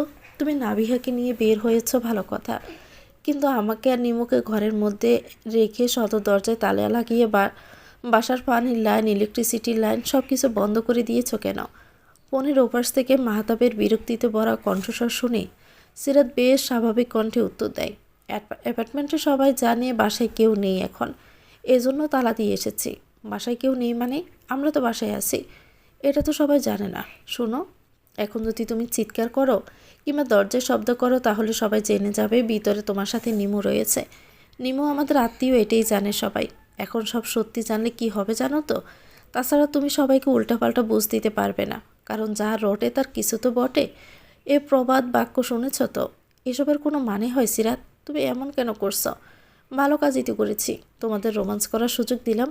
আমি আর আমার মেয়ে বাসায় নেই, এই সুযোগে যদি তোমরা আমাদের বিপদে ফেলার জন্য কিছু করো তখন কি হবে? তোমাদের একটুও বিশ্বাস নেই, তাই এটা করতে হলো আমাকে। সারাদিন আমরা না খেয়ে থাকবো? একদিন না খেলে উপরে চলে যায় না, তাই এত নেকামে করার কিচ্ছু নেই। চুপচাপ বসে থাকো, আমাদের ফিরতে রাত হবে। আর হ্যাঁ, বারবার কল দিয়ে বিরক্ত করবেন আমাকে। কল কেটে দেয় সিরাত। তার মুখে শয়তানি হাসি বিরাজ করছে এখন। সবে তো শুরু, এখনও অনেক কিছু দেখা বাকি তোমার। আর কয়েকটা দিনের অপেক্ষা, তারপর তোমাদের ভালো থাকার দিন শেষ। আপন মনে কথাগুলো নাবিহার কাছে চলে যায় সিরাত। মামার কোলে বসে খেলছে নাবিহা। এটা দেখে সিরাত মামার পাশে বসে বলে, বাচ্চাদের ভালোই তো সামলাতে পারিস মনে হচ্ছে। তুই বাচ্চা নিবি কবে? এখনও তো বিয়েই করলাম না, আর তুই আসিস বাচ্চা নিয়ে? বিয়ে করিসনি মানে? এত অবাক হচ্ছিস কেন? তোরা রিবানের কাহিনী ভুলে গেলি? তোদের দুজনের ঝামেলার জন্য আমি চট্টগ্রাম থেকে ঢাকায় চলে আসি। চট্টগ্রাম বিশ্ববিদ্যালয়ে পড়ার সুযোগ পেয়েও আমি ভর্তি হই ডাফোডিলে। এরই মাঝে আমার বিয়ে হয়ে যায় মাহতাবের সাথে। বিয়ের পর আমি সংসার নিয়ে ব্যস্ত হয়ে গেলাম, আর তোদের সাথে যোগাযোগও বন্ধ করে দিলাম। পরপর দুটো ঝামেলার কারণে সবাই আমাকে ভুল বুঝলো, বিশেষ করে অভি আর ইবান। আমি বিয়ে করিনি রাত, আমার সাথে যা হয়েছে তারপর ওকে বিয়ে করা সম্ভব না। আমি তোদের থেকে দূরে চলে গিয়েছিলাম ঠিকই, তবে বিয়ের জন্য নয়। আমাকে বাবা বাহিরে পাঠিয়ে দিয়েছিল, চাইলেও তোদের কারোর সাথে যোগাযোগ করতে আমি পারিনি। অভিকে সব বলেছিস? না বলিনি, আর তুইও বলবি না। কেন মামা, তুই তো সব জানিস। অভি আজও আমায় ভুল বুঝে যাচ্ছে। যে ছেলেটা সবসময় আমার পাশে থেকেছে, আমাকে সব বিপদ থেকে রক্ষা করেছে, আর সে আমার চোখের দিকে তাকিয়ে চারটে ভালো কথা বলে না। আমাকে দেখলেই যেন ওর ভিতরে ঝড় বয়ে যায়। ওর অভিযোগের দৃষ্টি আমি নিতে পারি না, আমার কষ্ট হয়। অভি তো জানেই না যে আমি সব জানি। ওকে ওর মতো থাকতে দে, পুরনো কথা টেনে কষ্ট পাওয়া দরকার নেই। চিঠিটা কবে পেয়েছিলি তুই? বাহিরে চলে যাওয়ার পর পেয়েছিলাম। দেরিতে হলেও তো পেয়েছিলি, আর কারো সাথে না হোক একটাবার অভির সাথে যোগাযোগ করতে পারতি। ইচ্ছে হয়নি মামা। মামা মলিন হাসে। সিরাত আর কিছু না বলে নাবিহাকে নিয়ে অন্য পাশে সরে যায়। পিছন থেকে অভি ডেকে বলে, তুই আমাকে যে কাজটা দিয়েছিলি সেটা হয়ে গিয়েছে। সব খোঁজ খবর পেয়েছিস? হ্যাঁ, এই খামের ভিতরে সব আছে, তুই দেখে নিস। সিরাত খাম নিয়ে ব্যাগের ভিতর রেখে অভিকে ডাক দেয়। অভি, আজও ভুল বুঝে মুখটা ফিরিয়ে রাখবে ভাই, কথা বলবি না আমার সাথে? ভুল বোঝা তো কিছু নেই, বরং যা হয়েছে ভালোই হয়েছে। এতদিন পর সবাই একসাথে হয়েছি, পুরনো কথা ভেবে মন খারাপ করিস না। সিরাত বলার মতো আর কিছুই খুঁজে পায় না। তিক্ত দীর্ঘশ্বাস ছেড়ে সবার মাঝে মিলিয়ে যায়। আসার পর থেকে ইভান ঠিকভাবে একবারও সিরাতের দিকে তাকায়নি, শুধু নাবিহাকে কোলে নিয়ে কিছুক্ষণ কথা বলেছিল। রাত 8টা বাজার সাথে সাথে সিরাত সবার উদ্দেশ্যে বলে ওঠে, আমার এখন যেতে হবে, বাচ্চাকে নিয়ে বেশি রাত অবধি বাহিরে থাকি না আমি। আবার সবার সাথে দেখা হবে, আজকের মতো আমাকে বিদায় দে তোরা। নকশি সিরাতের কাছে এসে বলে, এখনই চলে যাবি? আর একটু থাক না। না রে, আজ আর থাকতে পারবো না, সবার সাথে দেখা তো হলো, আবার দেখা হবে আমাদের, চিন্তা করিস না, বাকি কথা পরে হবে, আজ আসি। আচ্ছা আমি এগিয়ে দিয়ে আসি, চল। নাবিল নাবিয়াকে কোলে নিয়ে সিরাত সবার থেকে বিদায় নিয়ে নেয়। তারপর বেরিয়ে যায় নাবিলের সাথে। রাস্তায় নাবিলকে প্রশ্ন করে, অথয়ের সাথে সব ঠিক করা যায় না? আমি অনেক চেষ্টা করেছি, কিন্তু সে আমার সাথে কথা বলতে নারাজ। তোকে আমি একবার একটা কথা বলেছিলাম, তোর মনে আছে? কোন কথা? মেয়েদের ভালোবাসা খুব তীব্র হয়, কিন্তু তার থেকেও বেশি তীব্র হয় ঘৃণা। মেয়েরা শত অবহেলার পরেও থেকে যায় বলে তাদেরকে বারংবার কষ্ট দেওয়া কিন্তু বোকামি, কারণ তারা একবার মুখ ফিরিয়ে নিলে তাদের আর ফেরানো যায় না। মনে আছে। আমার কথাগুলো অক্ষরে অক্ষরে মিলে গেল তো? এতগুলো বছর পেরিয়ে গেল, অথই না তো আমার সাথে সব ঠিক করলো, আর না তো অন্য কাউকে বিয়ে করে সুখী হলো। এতদিনেও যখন বিয়ে করেনি তখন শেষে একটা চেষ্টা কর। আমি কিভাবে কি করব বলতো? কিচ্ছু বুঝতে পারছি না। ওকে না পেয়ে আমিও ভালো নেই রাত, কিন্তু সেটা ওকে কে বোঝাবে? আমি বোঝাবো, আমরা সকলে মিলে ওকে বোঝাবো। আপাতত তুই ফিরে যা, গাড়ি পেয়ে গিয়েছি, আমরা আসি। সাবধানে যাস, আর গিয়ে একটা কল দিস। আচ্ছা। বড় রাস্তার মোড়ে দাঁড়িয়ে নাবিল ভাবে, তোর কথার গুরুত্ব আরও আগে দিলে হয়তো আজ আমরা আলাদা হতাম না রাত। বড্ড ভুল করে ফেলেছি আমি। বাসায় ফিরতে ফিরতে রাত 9টা বেজে যায় সিরাতের। দরজা খুলে ভিতরে প্রবেশ করতে ইলেকট্রিসিটি চলে আসে, একই সাথে পানির লাইনও চলে আসে। সকাল থেকে না খেয়ে থেকে মাহাতাবার নিমু চোখ মুখ শুকিয়ে গেছে। সিরাত দুজনের এমন চেহারা দেখে ভীষণ মজা পায়। মজা চলে বলে, আহারে, এ কী অবস্থা তোমাদের? সকাল থেকে কিছু খাওনি তোমরা? মাহাতাব আগে পুষতে পুষতে বলে, মজা নেওয়া বন্ধ করো, সবসময় এসব ভালো লাগে না। আমাদের সাথে তুমি এমন কেন করছো? একটু তো ভালো থাকতে দাও আমাদের। ভালো থাকতেই তো দিয়েছি, আর কত ভালো থাকতে চাও? এটাকে ভালো থাকা বলে? প্রতিদিন একটা না একটা ঝামেলা করছো। তুমি কি বাচ্চা? এখন এত কথা না বলে গোসল করতে যাও তোমরা, প্রতিদিন গোসল করা স্বাস্থ্যের জন্য ভালো। নিমু এতক্ষণ চুপচাপ সব কিছু দেখছিল। মাহতাবের সাথে উঠে চলে যাওয়ার সময় সিরাতের দিকে রাগী চোখ নিয়ে তাকালে সিরাত হেসে বলে, যাও যাও, তাড়াতাড়ি গোসল করে এসো, তোমার শরীর থেকে কেমন বিদঘুটে গন্ধ বের হচ্ছে। কথাটা বলে নাকে হাত দিয়ে সিরাত নিজের ঘরে চলে যায়। পিছনে ফিরে না তাকিয়েও সে বুঝতে পারে নিমুর চোখ মুখ রাগে লাল হয়ে আছে। গোসল করার সময় মাহাতাব আর নিমুকে একসাথে চিৎকার করতে দেখে সিরাত আপন মনে সানাচু চিবোতে থাকে। পাশে নাবিহা ক্লে দিয়ে খেলছে। বাবার চিৎকারের আওয়াজ শুনে সে মাকে প্রশ্ন করে, বাবা এভাবে চিৎকার করছে কেন মাম্মা? তোমার বাবা পচা তো, শীতকালে গোসল করতে চায় না, ঠান্ডা পানি দিয়ে গোসল করতে হচ্ছে তো তাই এমন করছে। আন্টি চিৎকার করছে কেন? আন্টিও কি পচা? হ্যাঁ সোনা, তোমার আন্টিও পানি দেখলে ভয় পায়, তুমি ওদিকে পাত্তা দিও না তো আম্মু। মেয়েকে এমন কথা বললেও সিরাত জানে আসল ঘটনা কি। নাবিহাকে ঘরে রেখে দরজা কিছুটা চাপিয়ে দিয়ে বাহিরে বের হয়ে আসে সিরাত। মাহতাব বেজা শরীরে ডাইনিং টেবিলের সামনে এসে একটা চেয়ার টেনে বসে, সাথে ফ্যানও ছেড়ে দেয়। এই শীতকালে তোমার গরম লাগছে? গন্ডারের চামড়ায় পরিণত হলো নাকি তোমার শরীর? সিরাতের কথায় দাঁত কিড়মিড়িয়ে তাকায় মাহতাব। হলদে পশা শরীরের বিভিন্ন জায়গায় লালচে দাগ পড়েছে। পিঠ, হাত, বুক সবখানে সোপ সোপ লালচে দাগ। শরীরে হাত বুলাতে বুলাতে মাহতাব ভীষণ রাগী কণ্ঠে বলে, গোসলের পানি এত গরম কিভাবে হলো? ও মা, সেটা আমি কিভাবে জানবো? তুমি আসার পর থেকেই গোসলে যাওয়ার জন্য তাড়া দিচ্ছিলে আমাদের। এসব ইচ্ছে করে করেছো তাই না? আমি তো একটু আগেই বাসায় আসলাম, এসব করবো কখন?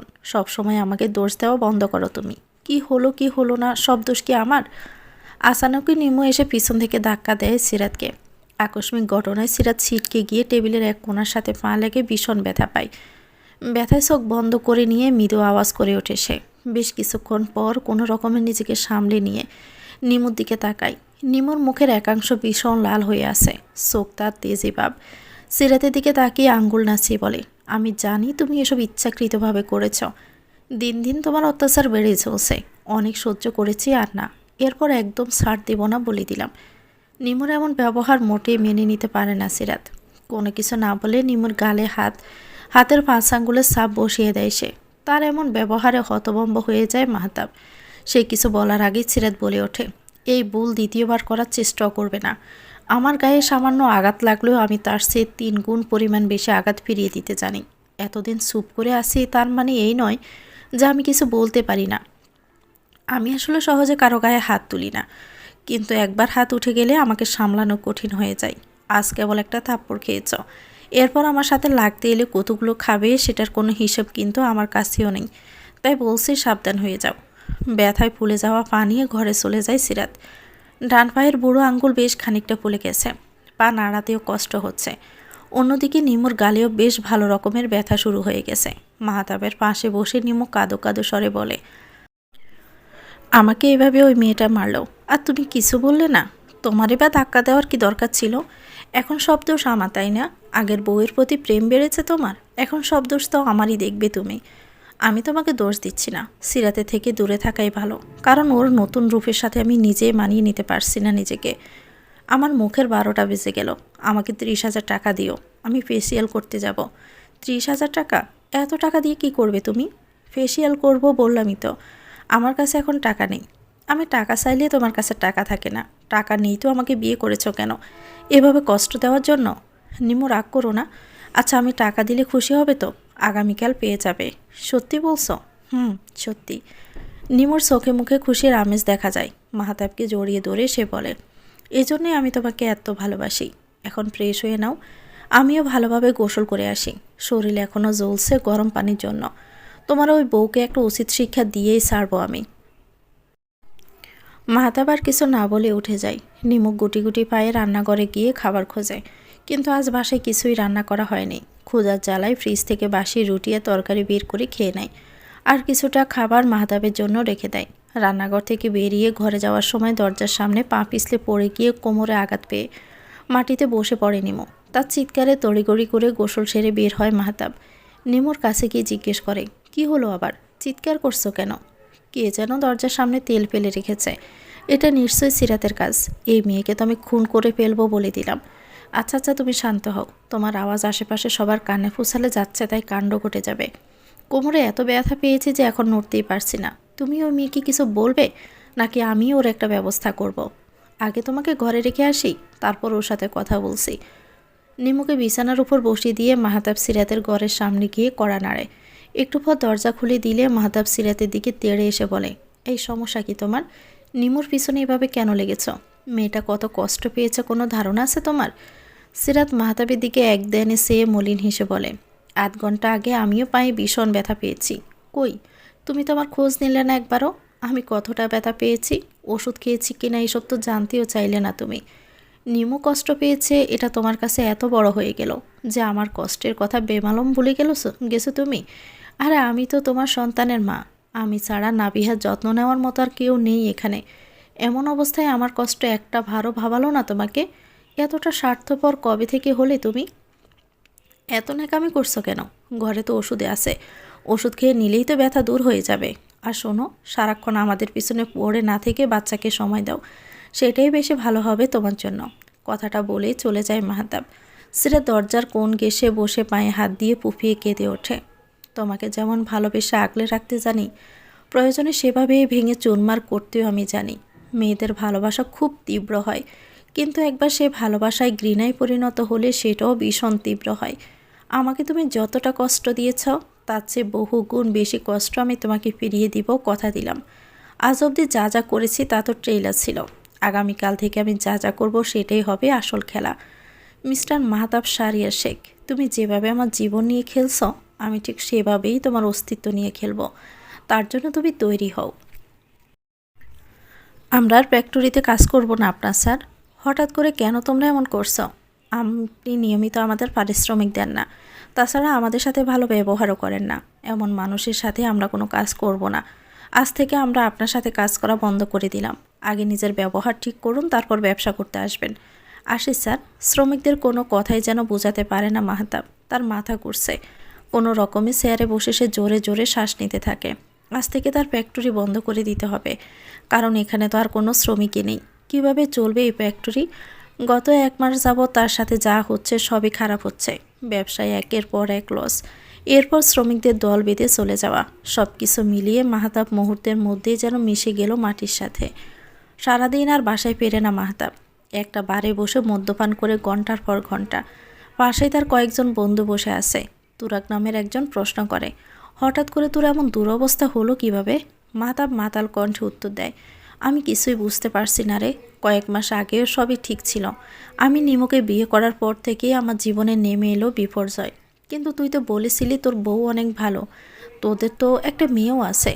নিমু আমার দ্বিতীয় স্ত্রী। কী বলছিস তুই? দ্বিতীয় স্ত্রী মানে? তুই আরেকটা বিয়ে করলি কবে? এ বিয়েটা এক প্রকার বাধ্য হয়েই করেছি আমি। মাহতাবের কথার মানে কেউ বুঝতে পারে না। রবিন নামের একজন জিজ্ঞেস করে, ঘটনা কি বলতো? তাহলে শোন। প্রায় 1.5 বছর আগে অনলাইনে নিমোর সাথে পরিচয় হয় আমার। প্রথম প্রথম তেমন কথা হয়নি। একদিনও ছবি দেখে প্রশংসা করি আমি। সেই থেকে নিয়মিত কথা শুরু হয় আমাদের। সিরাত আমার প্রথম স্ত্রী। ওর সাথে আমার সম্পর্ক ভালোই ছিল, কিন্তু তারপরেও আমি নিমুর প্রতি দুর্বল হয়ে পড়ি। না বিয়ে হওয়ার পর সিরাতের মন মেজাজ প্রায় সময় খিটখিটে হয়ে থাকতো। আমার কাছে আসতে চাইতো না সহজে। ফলে ওর প্রতি ক্রমশই আগ্রহ হারিয়ে ফেলি আমি। নিমু রাজশাহীর মেয়ে। একদিন ওকে আমি দেখা করার কথা বলি। নিমুও রাজি হয়ে যায়। আমি সিরাতকে অফিসের কাজের কথা বলে চলে যাই রাজশাহী। প্রথম দেখাতেই আমরা একে অপরের অনেকটা কাছাকাছি চলে আসি। এরপরে প্রায় ওর সাথে দেখা করতে যেতাম আমি। এভাবেই কয়েক মাস কেটে যায়। এক রাতে নিমু আমাকে কল দিয়ে কাঁদতে কাঁদতে বলে, ওর বাসায় ঘন ঘন ছেলে মানুষকে আসতে দেখে বাড়িওয়ালা এবং পাড়া প্রতিবেশী ঝামেলা করছে। এখন ওকে বিয়ে না করলে ওর বাসা কঠিন হয়ে যাবে। আমি যদি ওকে ভালোবাসি তাহলে যেন তাকে বিয়ে করি। আবেগের বশবর্তী হয়ে আমি ওকে বিয়ে করে ঢাকায় নিয়ে আসি। এসবের কারণে সিরাতের সাথে আমার সম্পর্ক প্রায় শেষ হয়ে যায়। তার উপর বাবা রাগ করে আমার সাথে কথা বলা বন্ধ করে দেয়। আমার ব্যবসার উপরেই সংসার চলছিল। এখন ব্যবসাও বন্ধ। আমি তো পথে বসে গেলাম। বিরতিহীনভাবে কথাগুলো বলে থেমে যায় মাহতাব। অতিরিক্ত নেশার ফলে ঠিকমতো চোখও মেলে তাকাতে পারছে না সে। সব শুনে তুরাগ বলল, সুখে ছিলি, সেটা তোর পছন্দ হলো না, তাই খাল কেটে কুমির আনলি ঘরে। মাহতাব কিছুই শুনতে পায় না। ঢলে পড়ে রবিনের গায়ে। তুরাগ সেই দিকে তাকিয়ে বলে, চল ওকে ওর বাসায় দিয়ে আসি। তুই মাহতাবের বাসা চিনিস? একদিন ঠিকানা দিয়েছিল, আগে কখনো যাইনি। ঠিকানা যখন আছে তাহলে চল। বাসার সামনে এসে কলিং বেল বাজাতেই নিমু এসে দরজা খুলে দেয়। সিরাত রান্না করেছিল। মাহতাবকে মাতাল অবস্থায় দেখে নিমু জিজ্ঞেস করে, ওর এই অবস্থা হলো কিভাবে? আর আপনারা কে? নিমুর প্রশ্নের জবাবে তুরাগ বলে, আমরা মাহতাবের বন্ধু। আসলে আজকে বেশি খেয়ে ফেলেছে ও, এজন্য নিজেকে সামলাতে পারেনি, তাই আমরা ওকে নিয়ে এসেছি। আচ্ছা, ওকে ঘরে নিয়ে চলুন, আসুন আমার সাথে। মাহতাবকে বিছানায় শুইয়ে দিয়ে বেরিয়ে আসে দুজনেই। আপনাদের ওয়াশরুম কোন দিকে? একটু চোখে মুখে পানি দিতাম। নিমু তুরাকে ওয়াশরুম দেখিয়ে দিলে সে গিয়ে চোখে মুখে পানি দেয়। ওয়াশরুমের পাশে রান্নাঘর। তুরাক বের হওয়ার সময় রান্নাঘরে সিরাতকে দেখে চমকে ওঠে। তাড়াতাড়ি রবিনকে নিয়ে বের হয়ে যায় বাসা থেকে। যাওয়ার আগে নিমুকে বলে যায়, মাহতাবকে বলবেন আমার সাথে যেন আগামীকাল দেখা করে। এত তাড়াহুড়ো করে বাসা থেকে বের হতে দেখে রবিন তুরাককে প্রশ্ন করে, কিরে কি হলো, এভাবে বেরিয়ে এলি কেন? মাহতাব, আগামীকাল দেখা করুক, তারপর একসাথে বলবো তোদেরকে। এ হঠাৎ করে কি হলো তোর বলতো? বললাম তো এখন কিছু বলতে পারবো না, আগামীকাল বলবো। এখন চল তো এখান থেকে। তুরাগের এমন ব্যবহারের কারণ বোধগম্য হয় না রবিনের। অগত্যায় সে চুপচাপ হেঁটে নিজের বাড়ির দিকে চলে যায়।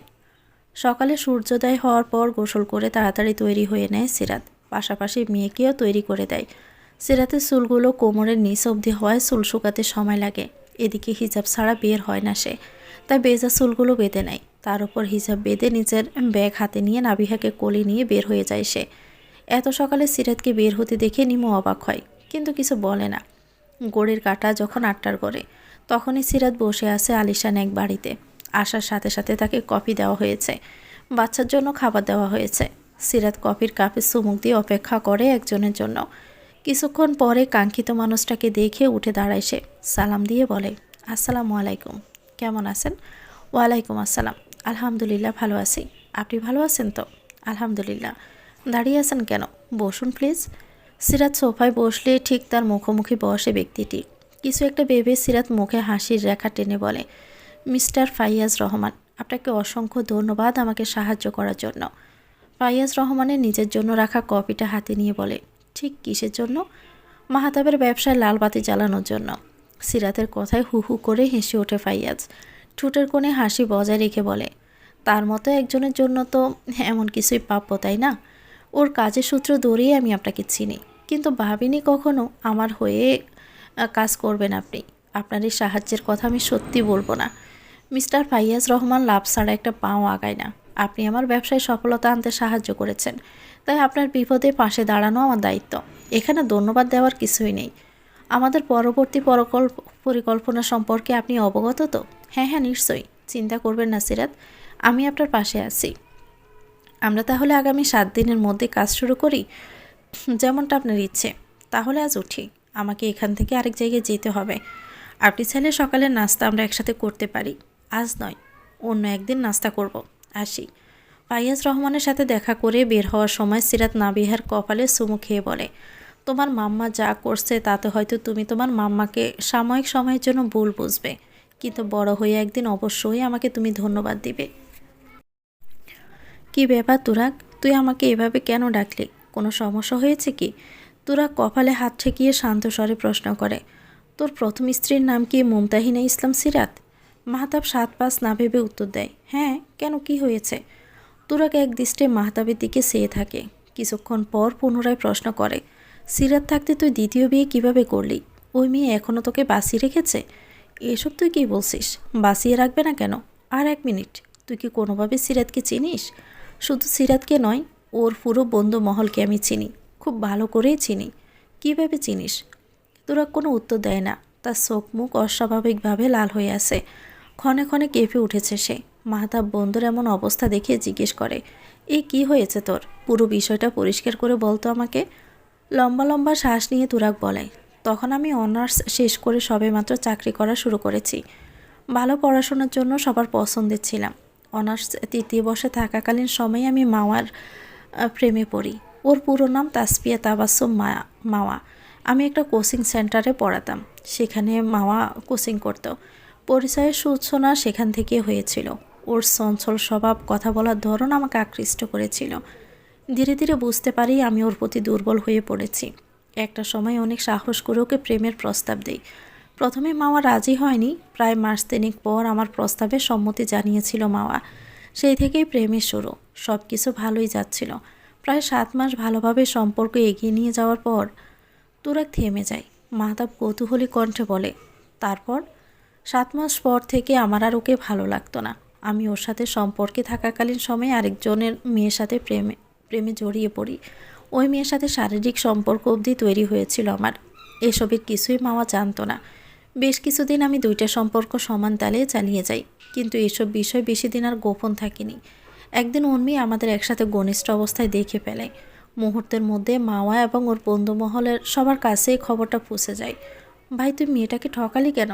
বললাম না, মাওয়ার প্রতি আর কোনো অনুভূতি কাজ করছিল না আমার। আচ্ছা, তারপর কি হলো? আমার এখনও মনে আছে, দিনটা ছিল বুধবার। সন্ধ্যাবেলা আমি আমাদের আড্ডার জায়গায় এসে বন্ধুদের সাথে আড্ডা দিচ্ছিলাম। কোথা থেকে যেন সিরাতে এসে কোনো কিছু না বলেই আমাকে একের পর এক থাপ্পড় দিতে শুরু করে। থাপ্পড়ের জোর এত বেশি ছিল যে আমার ঠোঁট কেটে রক্ত বের হচ্ছিল। আমি কোনো রকমে নিজেকে সামলে নিয়ে সিরাতকে থামিয়ে প্রশ্ন করি, আমাকে এভাবে আঘাত করার কারণ কি?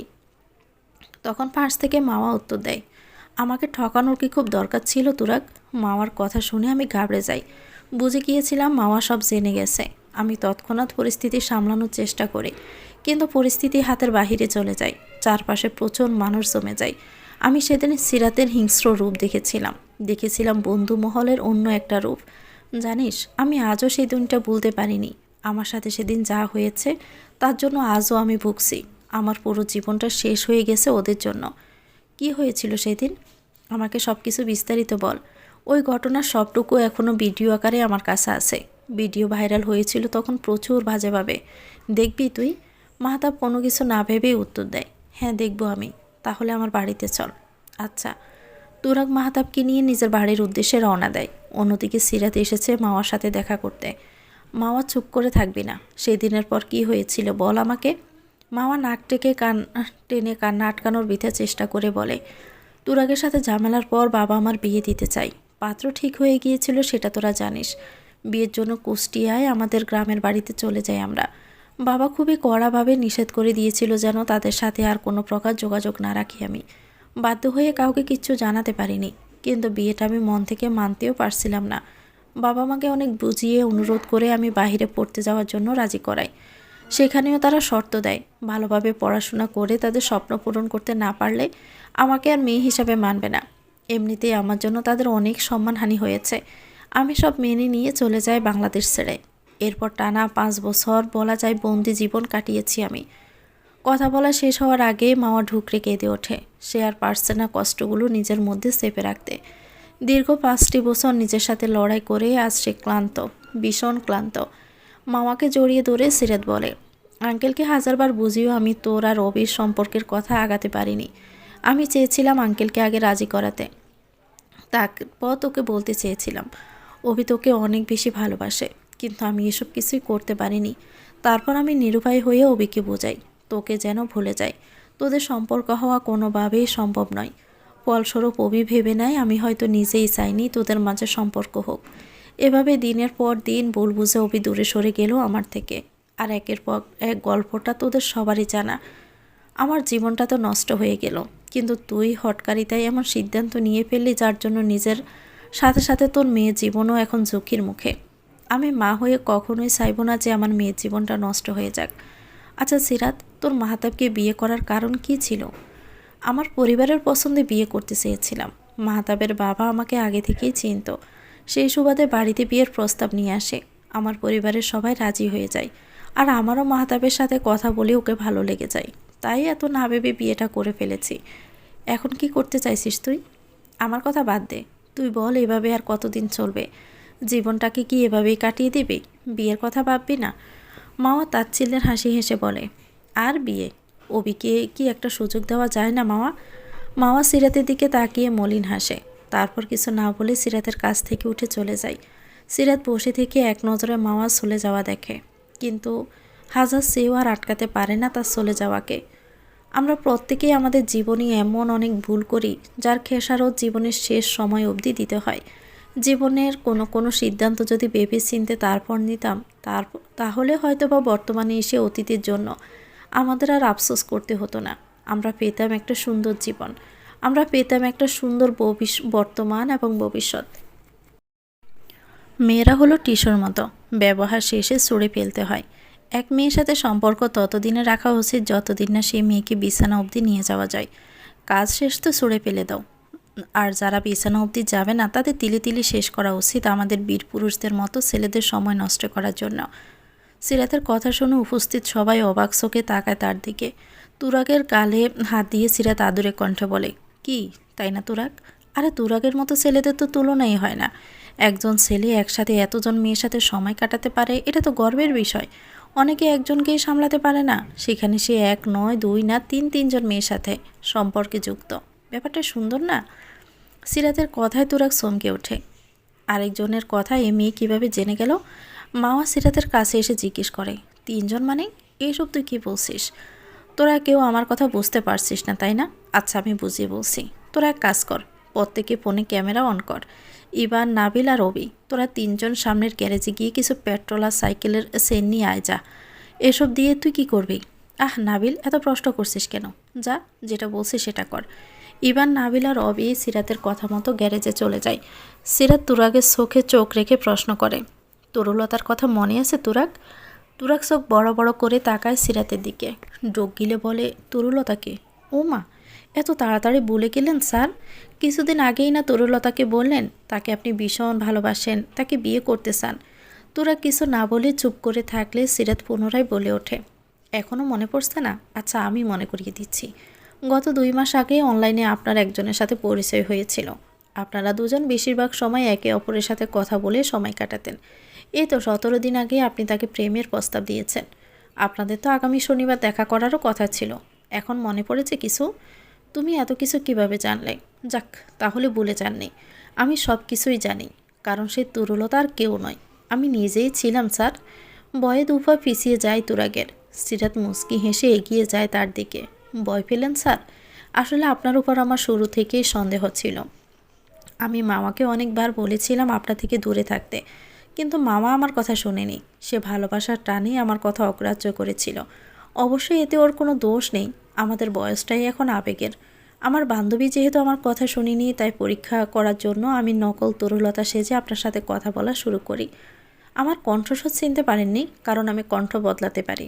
আর রইল ছবির কথা, সেই ছবিগুলো আমার ছিল না। আমার পরিকল্পনা তেমন শক্তপোক্ত ছিল না, তবু আপনি আমার পাতা পাদে পড়েই গেলেন। সব কিছু শুনে তুরাগের কপালে বিন্দু বিন্দু গাম জমে। সে কিছুতেই বিশ্বাস করতে পারছে না 18 বছর বয়সে ছোট্ট একটা মেয়ে তাকে এভাবে গোল খাইয়ে দিল। মামা দৃঢ় পায়ে এগিয়ে আসে সিরাতের দিকে। তারপর কান্নাগুলো চেপে রাখার বৃথা চেষ্টা করে তাকে প্রশ্ন করে, তুই যদি সব আগে থেকে জানতিস তাহলে আমাকে কেন বললি না? শনিবারে প্রমাণসহ দেখাতে চেয়েছিলাম তোকে, কিন্তু তার আগেই নকশি অন্য একজনের সাথে একে দেখে ফেলল। আমরা এসে গিয়েছি। সব কিছু নিয়ে অবিদের সামনে আসতে দেখে সেদিকে এগিয়ে যায় সিরাত। নাবিলের হাত থেকে সাইকেলের চাবি নিয়ে হাতে পেঁচিয়ে তুরাককে উদ্দেশ্য করে বলে, মেয়েদের কেবল বিছানাতেই মানায়, তাই না? তারা তো ভোগ করার বস্তু আপনার মতো ছেলেদের কাছে। কথাটা বলে মুহূর্তের মধ্যে পরপর 3 বার সাইকেলের মোটা চেইন দিয়ে সজোরে আঘাত করে তুরাকের শরীরে। ব্যথায় চিৎকার করে ওঠে সে। আশেপাশের প্রত্যেকের চোখ ততক্ষণে স্বাভাবিকের চেয়েও বড় হয়ে গিয়েছে। আরও 3-4 বার আঘাত করার পর তুরাক ব্যথায় রাস্তার মাঝে শুয়ে পড়ে। সিরাত রাগে কাঁপতে কাঁপতে হাঁটু গেড়ে বসে তুরাকের গাল চেপে ধরে। মেয়েরা মায়ের জাত, তাদেরকে সম্মান করতে হয়, শ্রদ্ধা করতে হয়, ভালোবাসতে হয়। অসভ্যতামি করে কিংবা প্রেমের জালে ফাঁসিয়ে বিছানা পর্যন্ত নিয়ে যাওয়া কোনো বীর পুরুষের কাজ নয়। তোদের মতো ছেলেরা যদি এই পৃথিবীর বুকে বেঁচেই না থাকে তাহলেই বোধহয় সবচেয়ে ভালো হবে বেশি। কথাটা বলে আর একটা মুহূর্ত সময় নষ্ট না করে তোলাগের বিষের জায়গায় ইচ্ছামতো লাথি দিতে শুরু করে সিরাত। মামা ভয় পেয়ে ছুটে গিয়ে বাধা দেওয়ার চেষ্টা করে সিরাতকে, কিন্তু তাকে কিছুতেই আটকানো যায় না। অবি গিয়েও সামলাতে পারে না তাকে। বাধ্য হয়ে ইভান তারিনকে ইশারা করে সিরাতের কাছে যাওয়ার জন্য। এখন সে নিজে গেলে সিরাতের কাছে গেলে আরও বেশি রেগে যাবে। তারিন গিয়ে কোনো রকমে টেনে হিঁচড়ে সরিয়ে নিয়ে আসে সিরাতকে। তুরাক প্রচণ্ড ব্যথায় কাতরাতে থাকে রাস্তার মাঝে। এদের মতো ছেলেদের জন্য মানুষ ভালোবাসতে ভয় পায়। আমরা মেয়েরা একা বাহিরে বের হতে ভয় পাই। এদের জন্যই পরকীয়ার মতো জঘন্য একটা বিষয় তরতরিয়ে পারছে। এরা পৃথিবীতে বসবাস করারই অযোগ্য। চিৎকার করে কথাগুলো বলেই থেমে যায় সিরাত। তার হাত বেয়ে রক্ত পড়ছে। সাইকেলের চেইন এত জোরে চেপে ধরার ফলে হাত কেটে গিয়েছে। সেদিকে তার কোনো খেয়াল নেই। সে নিজের মনে বলে যায়, চরিত্রহীন পুরুষেরা তখনই বেশি সাহস পায় যখন মেয়েরা নিজেদের সতীত্ব নির্দ্বিধায় বিসর্জন দেয় এদের কাছে। আরে মেয়ে, তুমি কেন বিয়ের আগে প্রেমিকের সাথে ঘনিষ্ঠ হবে? তুমি কেন তোমার সবচেয়ে মূল্যবান সম্পদ তার হাতে তুলে দিবে, যে কিনা ভালোবাসার নামে সুযোগ নেই? তুমি কি এতটা সস্তা যে বিয়ের আগে সতীত্ব হারিয়ে প্রেমিক দূরে সরে গেলে আত্মহত্যা করবে? এই যদি হয় মেয়েদের অবস্থা, তাহলে আমি বলবো আফসোস সে বাবা মায়ের জন্য, যারা তোমাদের মতো মেয়েদের জন্ম দিয়েছে। তোমরা তো মেয়ে হওয়ারই যোগ্য না। মেয়েদের কখনো নরম তুলা হতে হয় না। মেয়েদের হতে হয় সূর্যের মতো প্রখর। মেয়েদের হতে হয় তেজস্বিনী। তবেই না তুমি হবে আদর্শ মেয়ে। উপস্থিত প্রতিটা মেয়েকে মাথা নত করে দাঁড়িয়ে থাকতে দেখে সিরাত রক্ত লাল হাতে চোখের পানি মুছে চলে যায়। কিছুক্ষণ পর একজন এসে সিরাতের হাতে একটা ফাইল দিলে সেটা পুনরায় তুরাগের সামনে নিয়ে বলে, এখানে তোমার সমস্ত সার্টিফিকেট আছে। তোর মতো ছেলে কোনো পেশায় যাওয়ার যোগ্য নয়, তাই এসব রেখেও কোনো লাভ নেই। সিরাত ফাইল থেকে সমস্ত কাগজ বের করে তুরাগের সামনে রাখে। তারপর পেট্রোল দিয়ে জ্বালিয়ে দেয় সব কিছু। তুরাগ সেও আর আটকাতে পারে না তার সর্বনাশ। মাওয়া কাঁদতে কাঁদতে মাটিতে বসে নিজের গালে থাপ্পড় দেয়। সিরাত পাশে বসলে তাকে জড়িয়ে ধরে বলে, আমাকে মাফ করে দে দোস্ত। আর মিথ্যে ভালোবাসার মোহে আটকে তোকে ভুল বুঝেছিলাম। নিজের এত বড় ক্ষতি করে ফেলেছি কেবল তোর কথাই শুনিনি বলে। আমাকে মাফ করে দে তুই। শেষ হয়ে যায় ভিডিও। মাহতাব নিষ্পলক চেয়ে আছে ল্যাপটপের দিকে। তার কাছে মনে হচ্ছে সে এতক্ষণ কোনো অ্যাকশন মুভি দেখেছিল। একজন মেয়ের এমন রূপ বাস্তবে এর আগে সে কখনোই দেখেনি। আর আজ যখন দেখলো তখন জানতে পারলো মেয়েটা তার নিজের স্ত্রী। সিরাত সেদিন আমার সাথে যা করেছিল তার জন্য আমি আমার পুরুষত্ব হারিয়েছি। হারিয়েছি পরিবার, হারিয়েছি মান সম্মান, হারিয়েছি চাকরি, হারিয়েছি ভালোবাসা, হারিয়েছি বেঁচে থাকার কারণ। আমি আজও বেঁচে আছি শুধুমাত্র সিরাতের মুখোমুখি হওয়ার জন্য। সেদিনের পর আমি বেশ কিছুদিন হসপিটালে ছিলাম। তারপর সুস্থ হয়ে তন্ন তন্ন করে সিরাতকে আর মাওয়াকে আমি খুঁজেছি, কিন্তু ওদের কোথাও পাইনি। একবার যখন সিরাতকে পেয়েছি তখন আমি নিশ্চিত মাওয়াকেও পাবো। আর তারপরে ওদের কাউকে আমি ছাড়বো না। মানে কি করবি তুই? মাহতাব, তুই না ভীষণ বোকা। আরে যে মেয়ে বান্ধবীর জন্য এমন করতে পারে সে তোকে এমনি এমনি ছেড়ে দিবে যখন তুই ওর স্বামী? কী বলতে চাইছিস তুই? আমি সিরাতকে যতটুকু চিনি, ওই মেয়ে তোকে এমনি এমনি ছেড়ে দিবে না। তোর জীবন ধ্বংস না করে সে থামবে না। কিন্তু সিরাত তো এখনও চুপচাপই আছে। এটাই তো সমস্যা। এই মেয়ে চুপচাপ আছে মানে তোর জন্য খুব খারাপ কিছু অপেক্ষা করছে। তাহলে আমি এখন কি করব? ওর থেকে বাঁচতে হলে ওকে বাঁচতে দেওয়া যাবে না। তুরাগের কথায় মাহতাব অবাক হয়ে বলে, মানে? সিরাত বেঁচে থাকা মানেই তোর মৃত্যু। তাহলে তোকে বাঁচার জন্য কি করতে হবে ভেবে দেখ। ভাই, সিরাত আমার সন্তানের মা, আমি ওকে মারতে পারবো না। এসব দয়া করে আমাকে বলিস না। কথাটা বলে চলে যায় মাহতাব। তুরাগ চুপচাপ পেন ড্রাইভ ঘুরিয়ে আপন মনে বলে, আমি যখন ফিরে এসেছি তখন তো সিরাতের বেঁচে থাকা কঠিন মাহতাব। তুই চাইলেও আমাকে আর আটকাতে পারবি না ভাই।